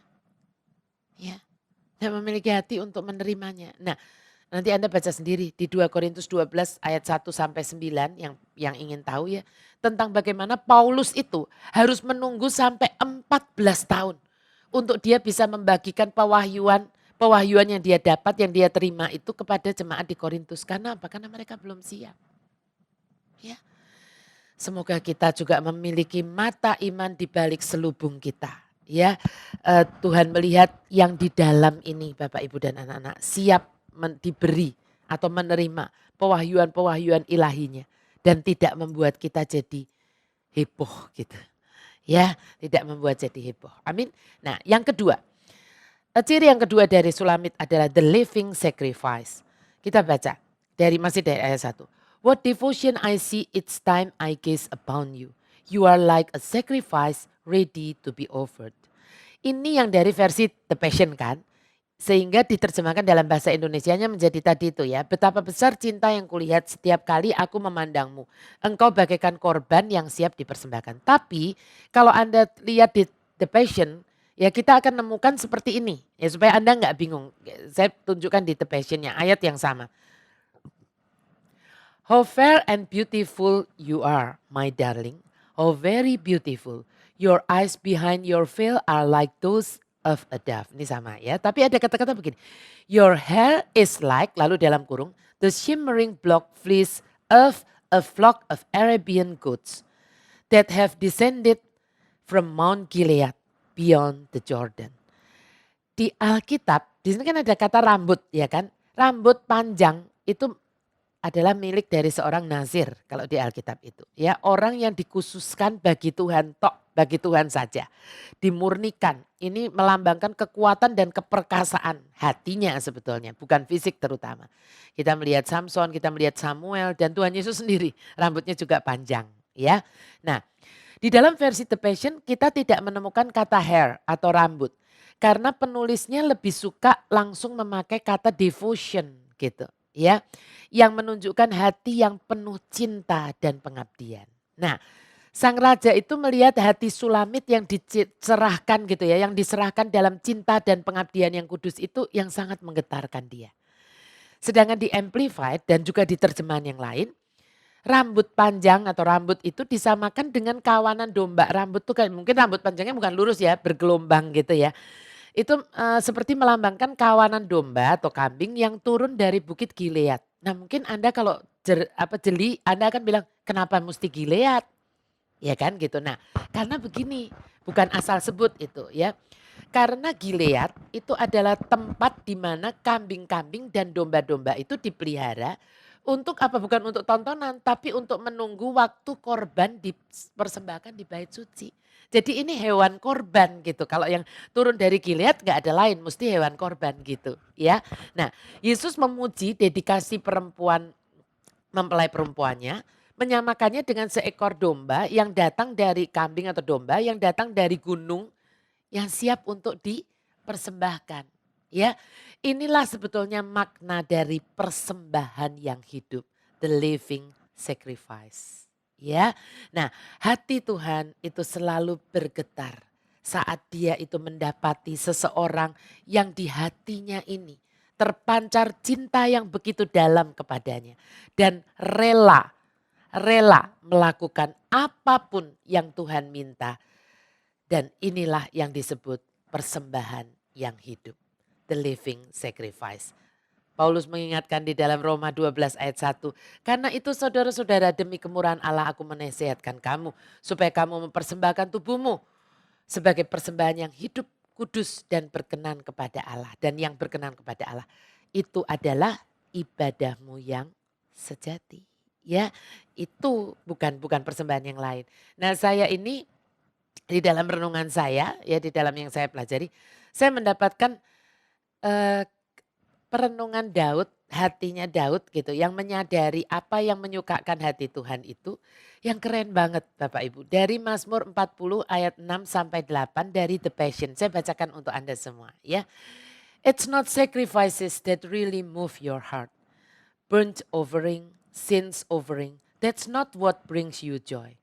But when you open my ears and speaks deeply to me, I become your willing servant, your prisoner of love for life. So I said, here I am. Ini dalam bahasa Ibraninya hineni. Bukan I am here, tapi here I am. I'm coming to you as a sacrifice. For in the prophetic scrolls of your book, you have written about me. Dan ini yang paling keren. I delight to fulfill your will, my God. For your living words are written upon the pages of my heart. Daud itu nggak bisa enggak gitu. Harus fulfill his will. Kenapa? Karena semua gitu ya kan. Firmannya itu, living words-nya itu tertulis di lembar-lembar hatinya. Wah, keren banget ya. Buat saya ini keren banget Bapak Ibu dan anak-anak ya. Nah, inilah ciri kedua yang Tuhan lihat ada dalam diri Sulamit yang sedang berkembang. Sekarang kita masuk ke yang ketiga, iman yang dewasa. Nah, ini masuk ke ke ayat 2 ya. When I look at you, I see how you have taken my fruit and tasted my word. Your life has become clean and pure, like a lamb washed and newly shorn. You now show grace and balance with truth and on display. Ketika aku memandangmu, kulihat bahwa engkau telah memetik buahku dan mengecap kata-kataku. Ya, sekarang udah ngerti. Hidupmu kini bersih dan murni, bagaikan anak domba yang sudah dibasuh dan baru dicukur. Sekarang engkau memperlihatkan anugerah yang diimbangi dengan kebenaran. Mengecap firman di sini ya, ada kata-kata mengecap firman. Kalau orang mengecap ya bukan menjilat loh ya, mengecap itu berarti kan perempuan Sulam ini harus mengecapnya dengan gigi, mengecap tuh ngunyah gitu ya kan. Nah, dengan gigi. Gigi ini melambangkan kemampuan Sulamit untuk memakan makanan keras. Ya, untuk memakan makanan keras yang diberikan kepada dia dari firman Tuhan. Dia sudah cukup dewasa sekarang untuk bisa mengunyah kebenaran-kebenaran firman Tuhan yang keras. Kebenaran-kebenaran firman yang keras gitu, bukan hanya yang lembut. Nah, saya mau tunjukkan dari Ibrani 5 ayat 13 sampai 14. Sebab barang siapa masih memerlukan susu, ia tidak memahami ajaran tentang kebenaran. Sebab ia adalah anak kecil. Tetapi makanan keras adalah untuk orang dewasa. Yang karena mempunyai panca indera yang terlatih untuk membedakan yang baik daripada yang jahat. Bayi itu belum bisa ngunyah makanan keras, kita semua tahu itu. Banyak anak-anak Tuhan sayangnya masih seperti bayi. Ya, walaupun sebenarnya harusnya mereka sudah dewasa. Sudah lama banget ya kan jadi anak Tuhan. Mereka belum mampu tapi menerima apa? Pewahyuan-pewahyuan dari pengajaran firman Tuhan yang kurang nyaman untuk telinga dan untuk hati mereka. Ya, nah orang-orang seperti ini bukannya mereka bersegera melakukan adjustment, malah mereka nggak mau dengerin lagi pengajaran yang terasa menakutkan dan terasa berat untuk mereka. Mereka memilih apa? Memilih memakai ilmu burung onta istilah saya. Ya kan burung onta kan nyungsep. Ketika musuh ngejar dia takut dia nyungsep aja. Nggak mau lari tapi nyungsep. Gak mau menghadapi musuhnya nyungsep. Dia pikir kalau dia gak lihat musuhnya, musuh juga gak lihat dia. Nah ini kelakuan yang paling bodoh dan konyol. Ya, kalau kita tidak mau menerima pewahyuan Tuhan tentang akhir zaman, kita berusaha gak mengerti, kita pikir kita akan terhindar dari itu. Enggak, malah dengan mudah antikris akan menghabisi kita nanti. Ya, nah coba kita lihat 1 Korintus 3 ayat 1 sampai 3. Ini keluh kesahnya Paulus nih sebetulnya kalau Anda lihat ini. Coba lihat. Dan aku saudara-saudara pada waktu itu tidak dapat berbicara dengan kamu seperti dengan manusia rohani. Tetapi hanya dengan manusia duniawi yang belum dewasa dalam Kristus. Susulah yang kuberikan kepadamu, bukanlah makanan keras. Sebab kamu belum dapat menerimanya. Dan sekarang pun kamu belum dapat menerimanya. Karena kamu masih manusia duniawi. Sebab jika di antara kamu ada iri hati dan perselisihan, bukankah hal-hal itu menunjukkan bahwa kamu manusia duniawi dan bahwa kamu hidup secara manusiawi? Anda bisa merasakan kesedihan dan desperate-nya si Paulus ini enggak? Ya, kalau Anda baca terus perikop ini, Anda akan mengerti apa yang terus dipersoalkan oleh jemaat Korintus ini. Nanti Anda baca di rumah. Yang terus dipersoalkan adalah apa? Perbedaan denominasi. Itu yang terus dipersoalkan. Dan Paulus itu berkata bahwa kalau kamu terus terus mempersoalkan yang seperti ini, ya, kamu nggak pernah akan bisa dewasa di dalam Tuhan Yesus. Mereka mempersoalkan dari golongan Paulus, Apolos dan sebagainya. Ya. Nah, kepada orang-orang yang seperti ini, Bapak, Ibu dan anak-anak, walaupun mereka de factonya Kristen, rajin ke gereja, rajin doa, tapi Tuhan tidak pernah bisa menyingkapkan pewahyuan-pewahyuannya yang luar biasa. Nggak pernah bisa. Karena kalau Paulus saja ngerti, ya kan, belum bisa ngasih makanan keras, Paulus aja ngerti, apalagi Tuhan. Tuhan berkata percuma. Ya, nah saat Tuhan singkapkan pun, toh mereka nggak akan bisa menerimanya dan malah akan memuntahkannya gitu. Kayak Anda tuh ngasih nasi goreng seafood atau nasi goreng yang cow gitu, yang enak gitu. Tapi kepada baby, kepada bayi, ya muntahlah dia. Ya, nah saya berdoa, saya sungguh berdoa malam ini Anda dapat menangkap hal ini dan bersegera menjadi dewasa. Karena di Alkitab ini, karena di dalam Alkitab ini ya, begitu banyak makanan yang bergizi sebetulnya. Ya, istilah saya nih. Yang Tuhan ingin berikan kepada Anda dan saya.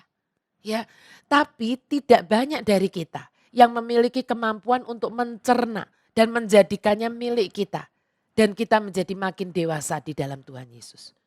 Ya, terus ngurusin yang persoalan yang tadi yang seperti Paulus katakan. Ya, nah tapi ciri ketiga yang Tuhan lihat berkembang dalam diri seseorang yang bisa menjadi mempelainya adalah yang namanya kedewasaan iman. Kapasitas gitu, punya capacity untuk mengambil dan mencerna kebenaran-kebenaran Tuhan yang lebih dalam, makanan keras itu. Ya, kita masuk ke ciri keempat. Dilepaskan dari kedagingan. Tadi ada kata-kata begini, hidupmu kini di ayat 2 ya, hidupmu kini bersih dan murni bagaikan anak domba yang sudah dibasuh dan baru dicukur. Nah, Tuhan itu kan menandai domba itu sebagai binatang yang bersih di perjanjian lama. Kalau Anda lihat ya. Nah, mencukur domba artinya apa ini? Melepaskan semangat kedagingan yang berlebihan. Kekuatan kedagingan itu maksudnya mengandalkan diri kita sendiri dan yang harus dipindahkan ya dari mengandalkan diri sendiri dipindahkan menjadi kekuatan Tuhan atau mengandalkan Tuhan gitu ya. Nah, seperti para imam yang pada saat ada di hadirat Tuhan, di bait Allah, di ruang Maha Kudus, mereka itu dikatakan tidak boleh berkeringat. Kenapa? Mereka tidak boleh berkeringat saat melayani Tuhan. Berkeringat ini melambangkan upaya kita. Nah, apa maknanya? Apa maknanya? Gini, untuk menyukakan Tuhan. Ya, untuk menyukakan Tuhan. Kalau Anda ingin menyukakan Tuhan, tidak pernah bisa kita upayakan dengan daging kita ini. Tidak bisa. Karena Tuhan hanya bisa disukakan lewat hati kita yang mengasihinya dengan tulus dan bergelora dan passionate. Ya, semua yang dari daging kita ini harus dicukur habis. Ya, dicukur habis dulu. Apa itu yang dari daging? Kesombongan, iri hati, ingin dipandang lebih, dihargai, dianggap lebih dari yang lain gitu ya. Ingin balas dendam kalau nggak terima. Itu harus dicukur habis dulu. Ya, Tuhan ternyata melihat ciri keempat dari calon mempelainya adalah mereka yang seperti domba yang sudah dicukur, dilepaskan dari kedagingannya. Apakah Anda sedang merasa seperti dicukur oleh Tuhan hari-hari ini? Gak apa-apa, karena itu artinya dia ingin Anda menjadi mempelai yang dikasihinya. Ya, amin ya. Kita masuk ke ciri yang kelima, dibasuh. Nah, ciri calon mempelainya yang kelima adalah dibasuh. Ini artinya adalah dibersihkan dari motivasi yang tidak murni dan punya keseimbangan. Apa itu? Kita lihat. Seringkali dalam pengikutan kita dengan Tuhan, kalau kita belum sungguh berakar gitu dalam memahami kebenaran firman-Nya, akan muncul tuh motivasi-motivasi yang keliru gitu. Fokus pada berkat, fokus pada perlindungan Tuhan dan sebagainya. Pokoknya semua yang zona nyaman, yang serba nyaman, serba jalan tol ya. Nah, namun saat kita mulai menerima firman dan merenungkannya, kalau Anda mau terus menerima, makanya nggak ada cara lain. Kalau Anda mau dewasa, Anda harus merenungkan, membaca, merenungkan, memamah biak kembali firman itu. Karena saat itu kita lakukan, pikiran dan hati kita tuh dibasuh dan diperbarui. Nggak bisa hanya dengan aktif tok, nggak bisa. Ya, nggak ada yang membasuh dari keaktifan kita itu, ya. Nah, pikiran dan hati Sulamit ini sekarang sudah ditransformasi gitu, dikuduskan dan dibersihkan dari motivasi-motivasi yang keliru tadi. Saat dia mulai makin memahami kebenaran-kebenaran firman-Nya, ya. Tadi ada kata-kata begini, sekarang engkau memperlihatkan anugerah yang diimbangi dengan kebenaran. Nah, ini berbicara tentang keseimbangan hikmat yang dibutuhkan di dalam kehidupan kita sehari-hari, apalagi untuk sekarang dibutuhkan, apalagi untuk masa-masa di masa yang paling sulit dalam sejarah nanti. Ya, kita lihat Yesus sendiri mengingatkan kita begini. Lihat, aku mengutus kamu seperti domba ke tengah-tengah serigala. Sebab itu hendaklah kamu cerdik seperti ular dan tulus seperti merpati. Mengapa ciri atau kualitas seperti ini harus ada di dalam diri para sulamitnya di akhir zaman ini? Karena tulus saja tapi bodoh akan sangat berbahaya. Ya, saat kita tidak punya yang namanya discerning spirit, kita akan sangat mudah ditipu oleh orang-orang yang ingin membelokkan kita ke jalan yang salah. Ya, iblis yang menyamar sebagai malaikat terang. Serigala yang berbulu domba, ya. Kan ada ungkapan itu kita tahu. Nah, tapi cerdik saja tapi nggak tulus akan mendorong Anda. Ini berbahaya sekali. Mendorong orang itu kalau hanya cerdik tapi nggak tulus akan mendorong orang tertarik kepada yang namanya peluang. Orang yang cerdik itu katanya kan membaca peluang gitu. Iya kan? Nah, karena dia pikir gitu. Dengan kecerdikannya ini dia bisa memanfaatkan peluang-peluang yang ditawarkan kepadanya. Nah, kebenarannya adalah begini Bapak Ibu dan anak-anak. Ini sangat berbahaya. Karena antikris kelak akan membuka dan menawarkan peluang-peluang kepada siapapun yang mau bekerja sama dengan dia. Ya.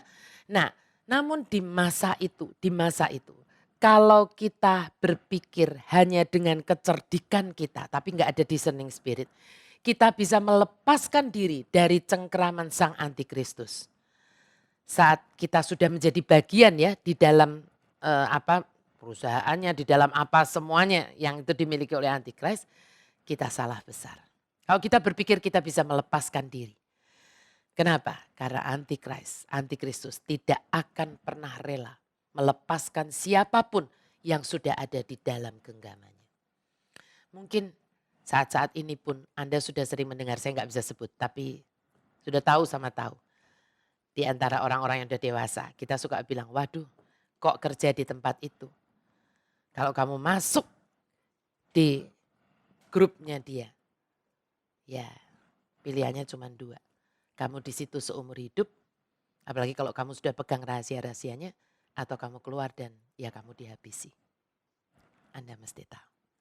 Di masa yang ke depan nanti, antikris akan melakukan itu dengan lebih parah lagi. Ya, so mulai sekarang kita dan keluarga kita harus sungguh-sungguh memahami firman-Nya. Lewat membaca dan merenungkannya sungguh-sungguh di dalam terang Roh Kudus. Supaya begini, hikmat yang dari Tuhan jangan cuma cerdas, jangan cuma cerdik, tapi berhikmat gitu. Ya, sungguh ada di dalam diri kita. Dan kita ini punya motivasi yang benar dalam pengikutan kita dengan Tuhan. Dan juga punya keseimbangan, tulus seperti merpati, tapi juga cerdik seperti ular. Ya, next. Kita masuk ke ayat 3 yang sekaligus ciri dari Sulamit yang selanjutnya. Your lips are as lovely as Rahab's scarlet ribbon, speaking mercy, speaking grace. The words of your mouth are as refreshing as an oasis. What pleasure you bring to me. I see your blushing cheeks open like the halves of a pomegranate, showing through your veil of tender meekness. Bibirmu seindah pita merah Rahab, berbicara tentang belas kasihan, berbicara tentang anugerah. Kata-kata mulutmu menyegarkan bagaikan oasis. Engkau membawa kegembiraan yang luar biasa kepadaku. Aku melihat pipimu yang memerah merekah bagaikan belahan delima. Tampak melalui cadar kelemah lembutanmu. Coba lihat, pipimu seindah pita merah Rahab, berbicara tentang belas kasihan, berbicara tentang anugerah. Kata-kata mulutmu menyegarkan bagaikan oasis. Nah, kita harus lihat. Pita merah atau pita kirmisi Rahab ini kan pita yang dipasang di pintu atau jendela rumah Rahab ya, yang membuatnya diselamatkan, betul ya.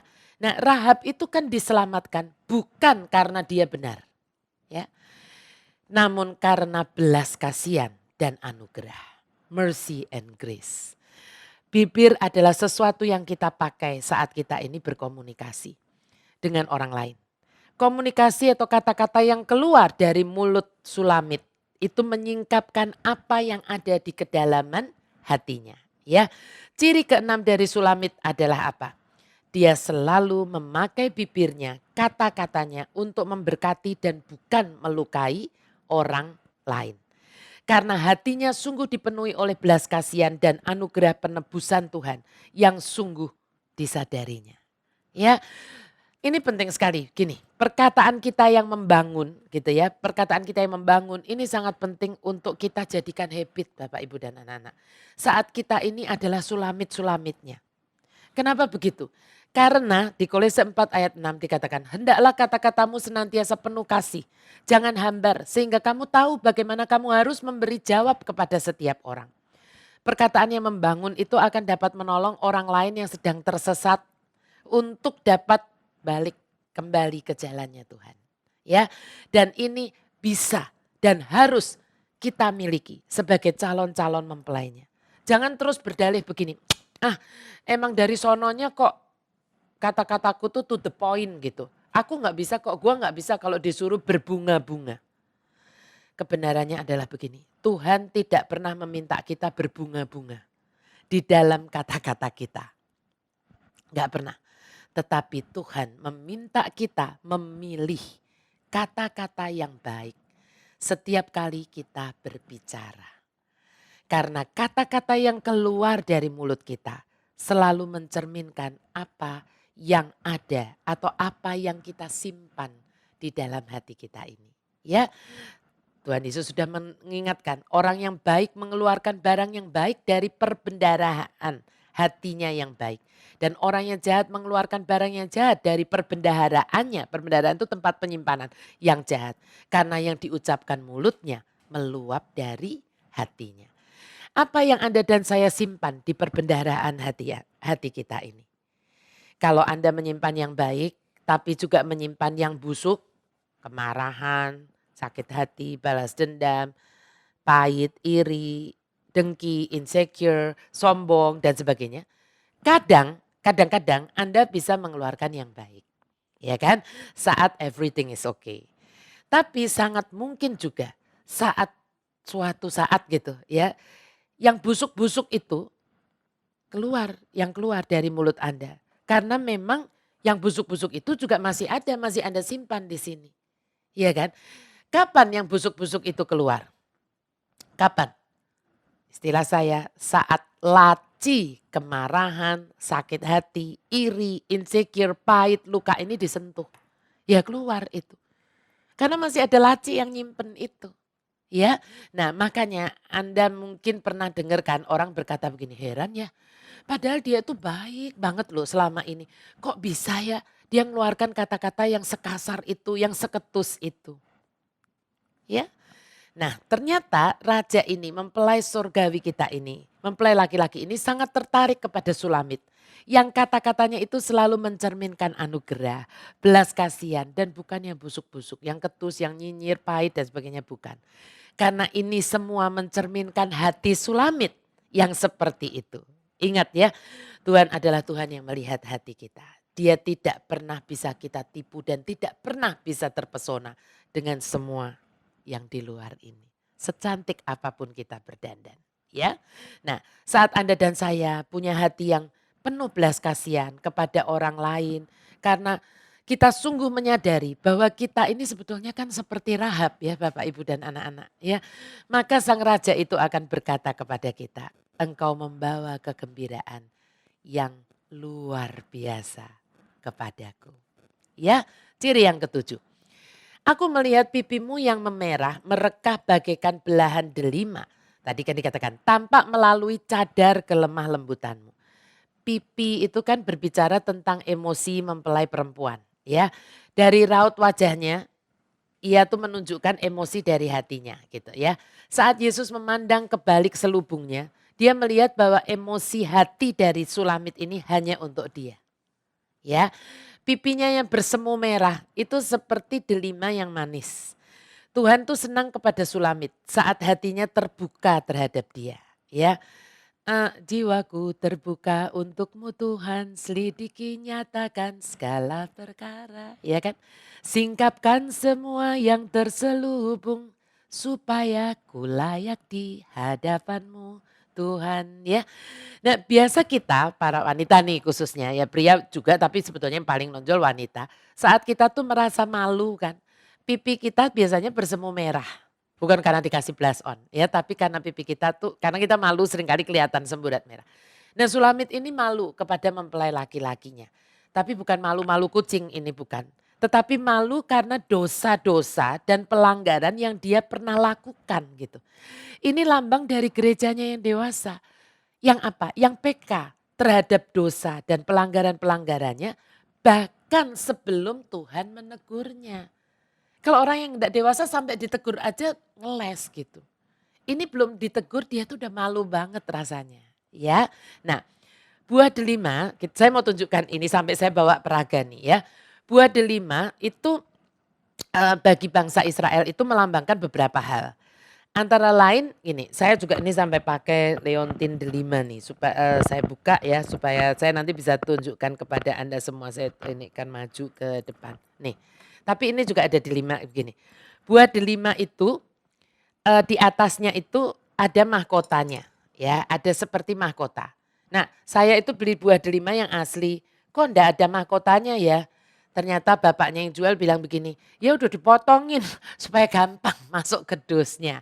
Nah akhirnya terpaksa saya bawa buah dua ya, yang ini saya beli di Israel nih ya kan gitu. Nah ini ada mahkotanya, seperti ada mahkota kan, ini ada ininya saya, leontin saya juga di atasnya nih ada mahkotanya.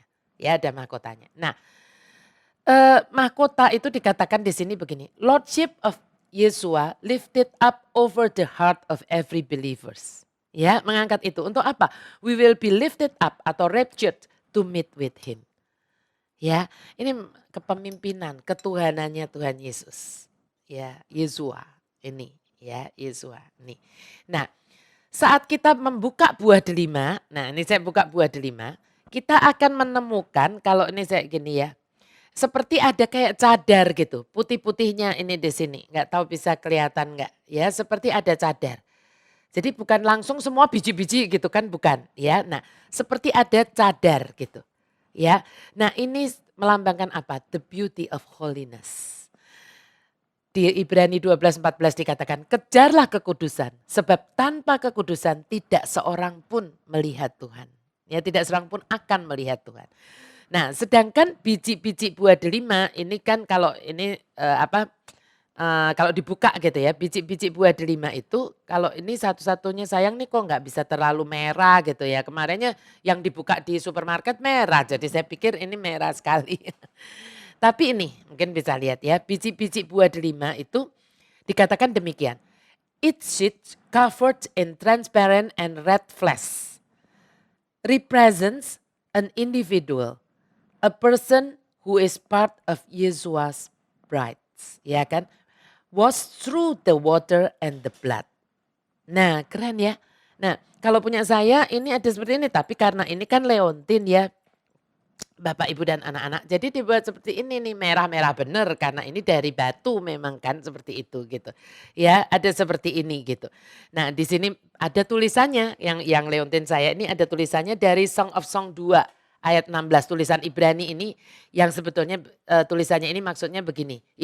Song of Song 2 ayat 16 yang berkata, my beloved is mine and I am his. Ya, kenapa saya suka waktu itu beli di Friends of Zion kalau nggak salah ya. Saya beli ini kenapa? Karena ini mengingatkan saya, my beloved is mine and I am his. Ya. Nah, kembali ke ayat 3 dari pasal 4 ini. Inilah ciri yang ketujuh. Ini lengket ya. Ciri yang ketujuh yang dilihat oleh sang raja dalam diri Sulamit yang sedang terus berkembang. Apa itu? Agak panjang. Ciri yang ketujuh begini. Dirinya dan hidupnya yang terbuka di hadapan Tuhan. Hati yang selalu terbuka untuk dikoreksi gitu. Ya, jiwaku terbuka di hadapanmu oleh Tuhan dan tidak berusaha menutup-nutupi. Ya, walaupun sangat malu atas semua dosa, pelanggaran yang telah dilakukan, karena dia tahu. Kenapa dia walaupun malu tapi dia tetap mau buka itu? Karena begini, karena darahnya akan membasuh dan membersihkan semua itu.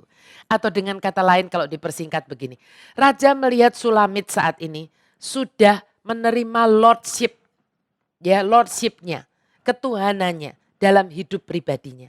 Dan Yesuslah yang menjadi gairah utama untuk dikejarnya di dalam hidup ini. Ya, menjadi gairah utamanya untuk dikejarnya dalam hidup ini. Ini sangat penting Bapak, Ibu dan anak-anak.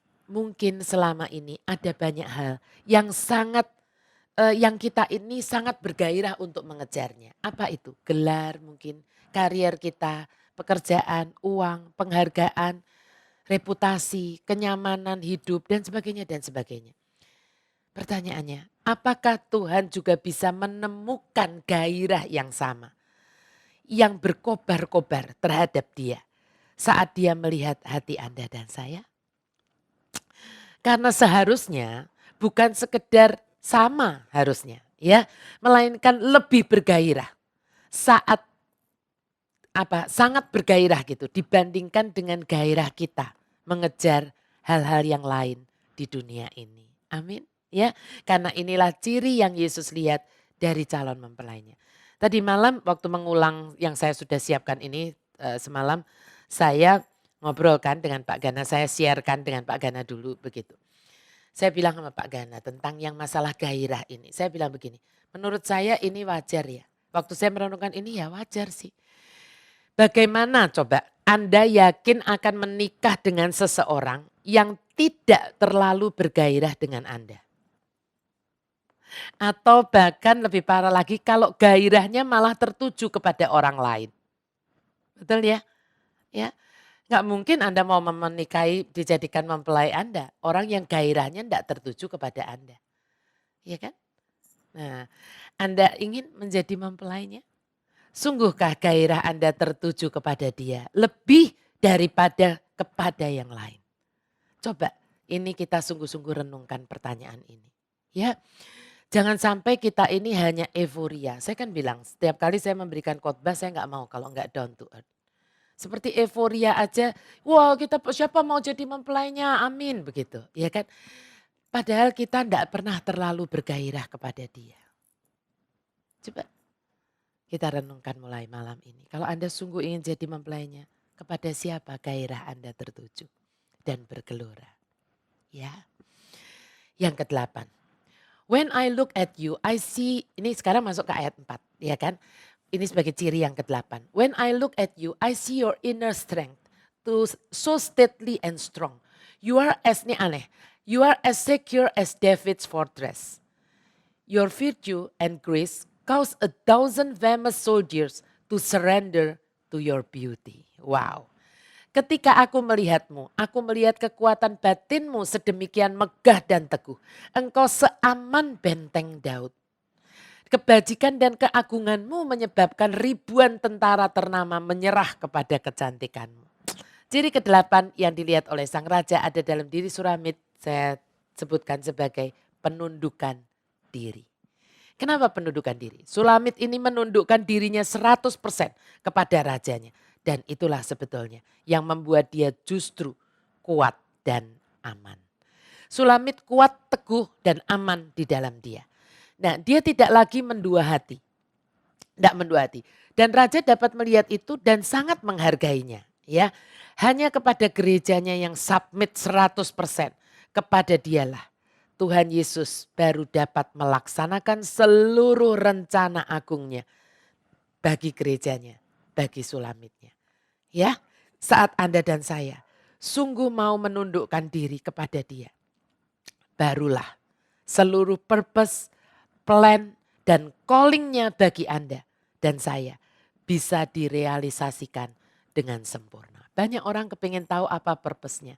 Banyak orang kepingin tahu apa callingnya dalam hidup ini. Tapi tidak pernah mau surrender. 100% kepada Tuhan Yesus. Ya, nah kehendak Sulamit sekarang adalah seperti hati Raja Daud yang berkata begini, "My heart, O God, is quiet and confident. Now I can sing with passion your wonderful praises." Seperti Daud, Sulamit telah dengan teguh menetapkan kehendaknya untuk mengikuti kekasihnya ini. Nah, tadi ada benteng Daud atau menara Daud, ya dengan kata lain itu menara Daud. Itu adalah sebuah tempat di mana senjata-senjata itu disimpan gitu. Yang disebut menara Daud itu. Nah, ini menunjukkan keputusan sukarela Sulamit untuk kan nggak ada yang maksa kan, ditunggu kan sampai keluar benar-benar passionate benar free will-nya, ya kan, untuk mengikuti rajanya. Ya keputusan sukarela ini seperti rumah penyimpanan senjata yang kokoh terhadap perlawanan iblis. Ini memang membutuhkan pewahyuan yang luar biasa. Kalau nggak bisa ngerti. Ya kan, kenapa kok benteng Daud? Dan waktu saya cari itu adalah rumah pertahanan, tempat nyimpen senjata. Gitu ya. Nah, karena begini, iblis itu selalu main legal istilah saya. Nah, ketika seseorang free will-nya itu belum sungguh-sungguh keluar gitu untuk mau ngikutin, Tuhan biasanya akan tunggu. Ya sampai batas waktu yang Tuhan tetapkan ya, karena akan tiba waktunya yang memang harus selesai gitu. Nah, karena apa? Kalau Tuhan paksakan itu, iblis akan ngomong. Katanya kamu kasih free will gitu istilahnya. Apa tuh artinya free will? Masa lu gak ngerti Tuhan? Kehendak bebas. Kehendak bebasnya dia belum serahkan 100% kepada kamu. Kok kamu paksa gitu istilahnya ya.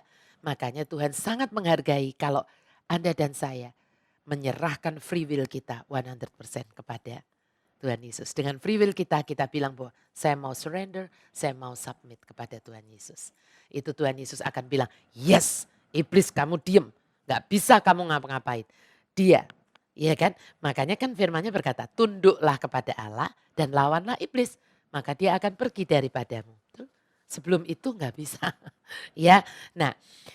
Sekarang kita masuk ke ayat kelima, ini adalah ayat terakhir untuk sesi ini yang sekaligus sebagai ciri terakhir juga yaitu ciri ke-9 dari Sulamitnya. Ya tadi saya udah bilang memang agak panjang malam ini. Your pure faith and love rest over your heart as you nurture those who are yet infants. Aneh ya ini. Keyakinan dan cintamu yang murni ada di dalam hatimu saat kau pelihara mereka yang masih bayi. Sulamitnya yang dewasa adalah gerejanya yang memiliki iman dan kasih. Ya, ini adalah dua hal yang sangat penting untuk dibagikan kepada bayi-bayi rohani. Kenapa begitu? Gini, iman yang teguh kepada Tuhan Yesus dan kasih kepada sesama. Ini adalah dua kualitas untuk sulamitnya, untuk gerejanya, yaitu Anda dan saya sungguh mau melaksanakan amanat agung Kristus. Ini adalah ciri yang ke-9 dari sulamitnya. Apa itu amanat agung Kristus? Kita lihat Matius 28, 19, 20. Karena itu pergilah jadikan semua bangsa muridku dan baptislah mereka dalam nama Bapa, Putra dan Roh Kudus. Dan ajarlah mereka melakukan segala sesuatu yang telah kuperintahkan kepadamu. Dan ketahuilah aku menyertai kamu senantiasa sampai kepada akhir zaman. Orang yang belum sungguh-sungguh memiliki iman yang teguh kepada Tuhan Yesus gak akan dapat menangkap urgensi gitu dari yang namanya amanat agung Kristus. Kenapa? Dia akan bilang begini, ngapain sih mesti memberitakan Injil kepada semua orang? Tuh. Nah, dia belum punya sungguh-sungguh iman yang teguh di dalam Tuhan Yesus. Orang yang belum sungguh memiliki kasih kepada sesama, tidak akan mau peduli kepada nasib kekal dari orang lain. Ya udah sendiri-sendiri aja pilihannya. Ya. Dan dua kualitas inilah yang menjadi kualitas yang Tuhan cari untuk mempelai Kristus. Warrior bride-nya dari ujung akhir zaman ini. Ya, karena mereka yang seperti inilah yang punya iman yang teguh tapi juga kasih. Yang berbelas kasihan sungguh-sungguh kepada nasib kekal dari orang lain. Mereka inilah yang akan rela membagikan hidupnya, waktunya, uangnya, dan segalanya yang ada padanya untuk memberi kehidupan kepada orang lain tadi. Nurture, Ya kan? Memelihara, memberi kehidupan kepada orang lain. Apa artinya? Menolong orang lain menemukan Tuhan Yesus. Dan mendapatkan keselamatan juga, hidup kekal di dalam Tuhan. Tetapi kalau yang belum dewasa, dia hanya maunya apa? Pokoknya gue udah selamat, titik. Tuh. Tetapi kalau orang yang sudah dewasa, dia akan memikirkan juga orang lain. Aku juga pengen orang lain juga diselamatkan. Makanya dia aware dengan amanat agung Kristus. Dan inilah yang dibutuhkan Tuhan. Sebagai warrior-warrior bride-nya di akhir zaman ini. Ya, oke, saya akhirnya menyimpulkan. Supaya Anda tidak lupa, ya saya simpulkan dikeluarkan satu persatu 9 ciri kebaikan yang sedang berkembang dalam diri Sulamit. Yang pertama mata iman, yang kedua the living sacrifice, yang ketiga iman yang dewasa, yang keempat dilepaskan dari kedagingan, yang kelima dibasuh, dibersihkan dari motivasi yang tidak murni dan punya keseimbangan. Yang keenam memakai bibirnya untuk memberkati dan bukan melukai orang lain.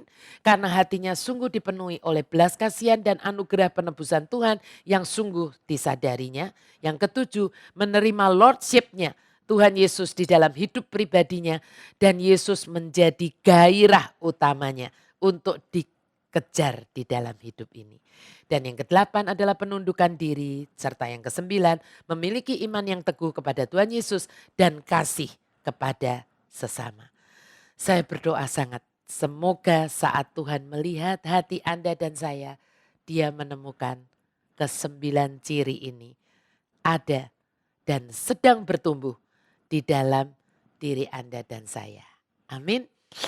Sempurna pastinya belum, tapi tidak perlu sempurna dulu. Yang penting ada 9 ciri ini dan itu terus dikembangkan. Ya, saya ingin mengajak Anda semua menyanyikan ini, ya menyanyikan satu lagu lama banget, ya. Judulnya adalah Make Me Holy for You. Ya, saya biasa menyanyikan lagu ini di waktu saya itu sendirian menghadap Tuhan. Waktu saya hadapkan hati dan hidup saya kepada Tuhan, saya senang banget. Walaupun saya nggak bisa main musik, saya senang menyanyikan lagu ini sendiri di hadapan Tuhan. Make me holy for you. Tapi malam ini saya ingin mengajak Anda untuk menyanyikannya bersama-sama. Nanti ada teksnya ya. Saya ingin supaya bisa diiringin gitu ya. Jadi saya akan menyanyi bersama dengan Pak Gana. May this life that I live be a presence to give to you, Lord. May the work that I do always be accepted by you. May the days I have left may I hide in the cloud of the rock of ages, I pray. until my life is through. Make me holy for you.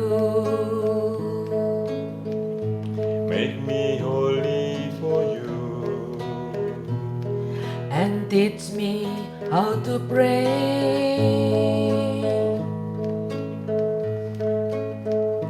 Only for you. So others can see the way. May the days I have left May I hide in the cloud of the rock of ages, I pray. until my life is through. Make me holy for you. Lagu ini bagus banget sebetulnya. Kalau diterjemahkan di dalam bahasa Indonesianya kira-kira seperti ini. Make me holy for you, kuduskanlah aku bagimu. Semoga hidup yang kujalani ini menjadi persembahan bagimu Tuhan. Hidup kita ini hanya satu kali Bapak Ibu dan anak-anak di dunia ini. Alangkah indahnya, alangkah kerennya kalau kita bisa mempersembahkan hidup yang satu kali ini menjadi persembahan yang hidup, kudus dan berkenan kepada Allah. Ya, semoga pekerjaan-pekerjaan yang kulakukan selalu berkenan kepadamu. Seringkali saat kita melakukan banyak hal di dunia ini, kepada siapa? kita ingin diterima, kita kepada siapa kita pengen di-accept, pengen di-approve. Ya, kalau itu yang kita lakukan, kita ingin pekerjaan-pekerjaan kita itu selalu berkenan kepada Tuhan. Itulah sesuatu yang bernilai kekal. Ya, doaku hidupku yang telah kutinggalkan, kiranya boleh kusembunyikan di belakang batu karang abadi itu. Sampai hidupku berakhir, kuduskanlah aku bagimu Tuhan. Sungguh ini menjadi kerinduan saya dan semoga kerinduan dari kita semua. Supaya sampai akhir hidup kita itu terus dikuduskan bagi Tuhan. Kuduskanlah aku bagimu dan ajar aku berdoa, kudus bagimu, supaya orang lain juga bisa melihat jalanmu. Sebetulnya ketika kita dikuduskan terus, disempurnakan terus oleh Tuhan, hidup di dalam kebenaran. Untuk siapa sih Bapak Ibu dan anak-anak semuanya ini? Untuk diri kita betul. Tetapi sebetulnya untuk generasi-generasi di bawah kita. Kalau Anda dan saya hidup benar saat ini, Tuhan berkata apa? Dahulu aku muda, sekarang aku telah menjadi tua. Tetapi aku tidak pernah melihat orang benar ditinggalkan atau anak cucunya meminta-minta roti. Amin. Kalau saat ini kita mau bersusah payah, walaupun mungkin untuk Anda semua yang masih muda, mungkin belum merit. Tapi kalau Anda mau hidup benar di hadapan Tuhan, bukan hanya untuk Anda hari ini, tetapi untuk generasi di bawah Anda, untuk orang-orang lain. Dan teristimewa adalah anak-anak Anda, generasi di bawah Anda, anak-anak cucu Anda, akhirnya juga bisa menemukan jalan Tuhan itu. Jalan di jalan kebenaran, menemukan jalan kebenaran dan hidup itu. Keren banget, sampai hidupku berakhir, kuduskanlah aku bagimu. Sampai hidupku berakhir, kuduskanlah aku bagimu. Biar ini bukan sekedar lagu, tetapi ini sungguh-sungguh menjadi doa kita. Saya sering menyanyikan ini sendiri walaupun dengan suara yang terbatas. Saya menyanyikan ini setiap kali saya menghadap pribadi kepada Tuhan. Karena inilah yang menjadi doa saya. Inilah kerinduan saya di sepanjang hidup saya sampai nanti berakhir. Pak Gana seringkali berbilang kepada saya, ketika saya dan Pak Gana mengingini sesuatu, Bapak selalu berkata bahwa janganlah apa yang kita suka aja yang kita jalankan. Tetapi biarlah kita menjalankan kalau kita suka, biar itu juga yang Tuhan sukai. Kalau yang kita sukai ini Tuhan tidak sukai, lebih baik kita tidak melakukannya. Ya, dan saya harus bersaksi kepada Anda semua. Mungkin kita kemarin saya membaca ada orang punya harta banyak sekali sampai saya berkata bahwa saya kok bingung ya kalau enggak dikasih dalam kurung menyebutkannya itu saya bingung kok ini banyak sekali. Lalu Pak Gana guyon ke saya bercanda dan Pak Gana berkata begini, aku juga punya kok bahkan lebih banyak dari itu gitu ya waktu kami udah mau tidur. Lalu Bapak bilang bahwa cuman belum aku ambil aja sekarang, belum dicairin gitu ya kan. Ya karena harta kita ada di surga. Tetapi saya mengambil walaupun itu bercanda tapi percayalah Bapak Ibu dan anak-anak, ketika kita mau hidup kudus di hadapan Tuhan, kita hidup benar di hadapan Tuhan, kita mau terus disempurnakan ya. Percaya, kita belum sempurna saja kalau itu ada kerinduan itu ada di hati kita. Seperti tadi yang kita pelajari. Tuhan kita, kekasih hati kita, mempelai pria kita. Udah sangat seneng banget ya. Semoga kita akan nyanyikan lagu ini lagi. Semoga ini menjadi doa kita, tetapi bukan sekedar doa. Semoga ini sungguh-sungguh menjadi kerinduan di dalam hidup kita. Amin. Ya. Make me holy for you and teach me how to pray. Holy for you, so others can see the way. May the day I have left, may I hide in the cloud of the rock of ages, I pray, until my life is through. Make me holy for you, until my life is through. Make me holy for you.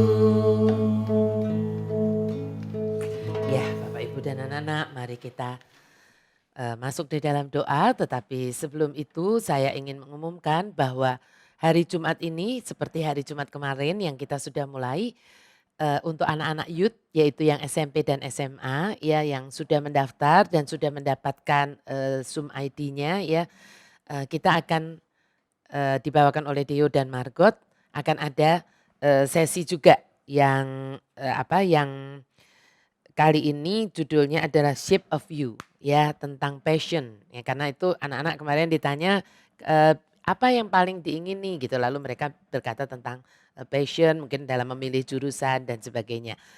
Kita doakan sama-sama ya supaya sesi youth nanti hari Jumat ini juga bisa yang Bapak Ibu sedang melihat ini anak-anak tadi juga menyaksikan bukan menyaksikan tetapi ikut sama-sama biasanya ada tanya jawab kalau yang Zoom ini. Tetapi mungkin nanti untuk next Jumat ya kemarinnya saya lupa pesan gitu bahwa ini memang sesi hanya untuk anak-anak gitu. Jadi sebisa mungkin kalau misalnya yang anak-anak yang kecil yang SMP bapak ibunya papa mamanya menolong ya nggak apa-apa gitu tapi dinyalakan aja dan jangan ditungguin gitu ya tungguin karena mungkin kalau anak Anda nggak apa-apa mungkin anak-anak yang lain apalagi yang udah lebih gede gitu yang SMA mungkin akan ilfil gitu ya akan ilfil karena kok ada orang tuanya si itu ada mamahnya si itu misalnya gitu ya jadi mari belajar ibu bapak untuk memberikan kepercayaan kepada anak-anak karena nggak mungkin diajarin yang jelek kan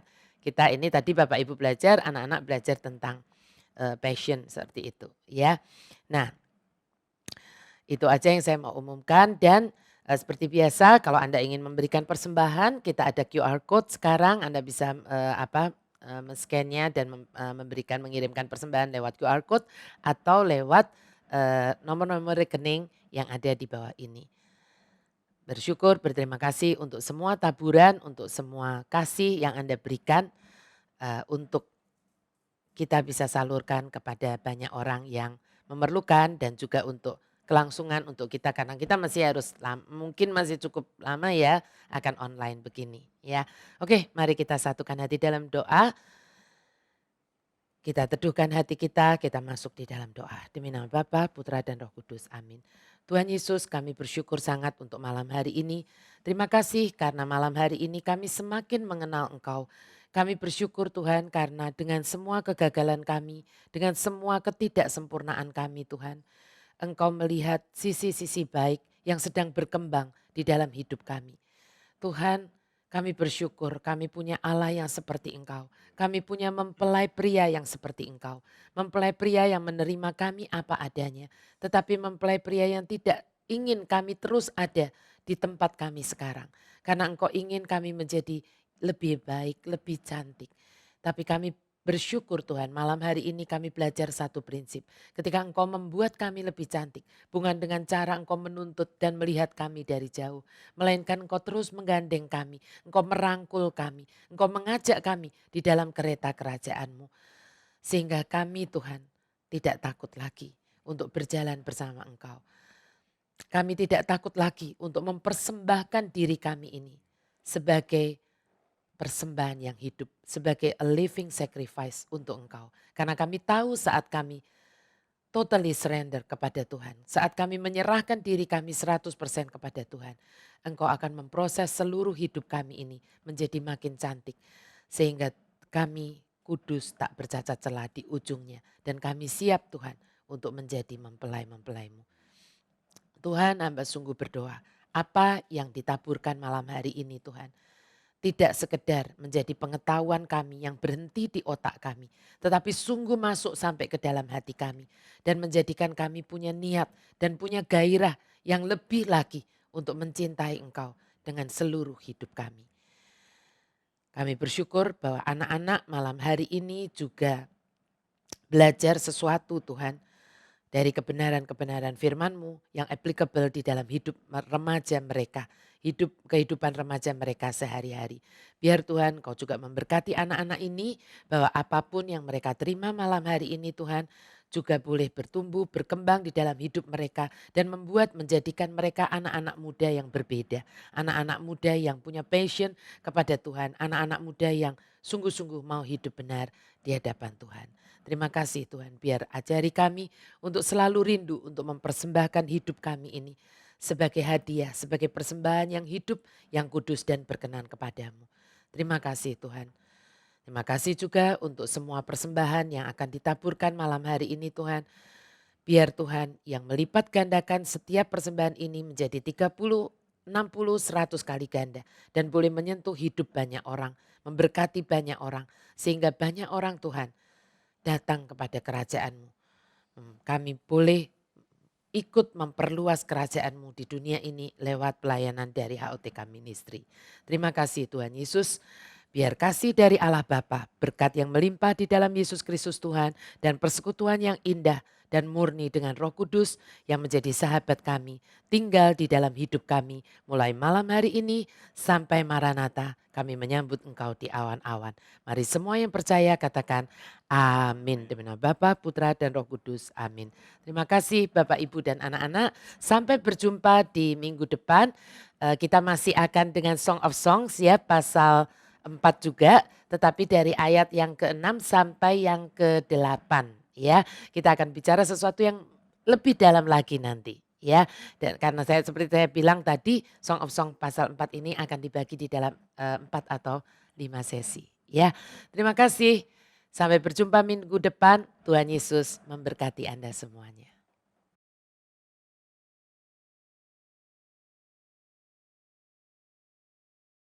Terima kasih Anda sudah menyaksikan sesi-sesi dari khotbah OTK lewat YouTube ini. Jangan lupa untuk like, share, subscribe, dan tekan tanda loncengnya. Supaya Anda selalu mendapatkan update-update terbaru dari YouTube HOTK. Terima kasih, Tuhan Yesus memberkati.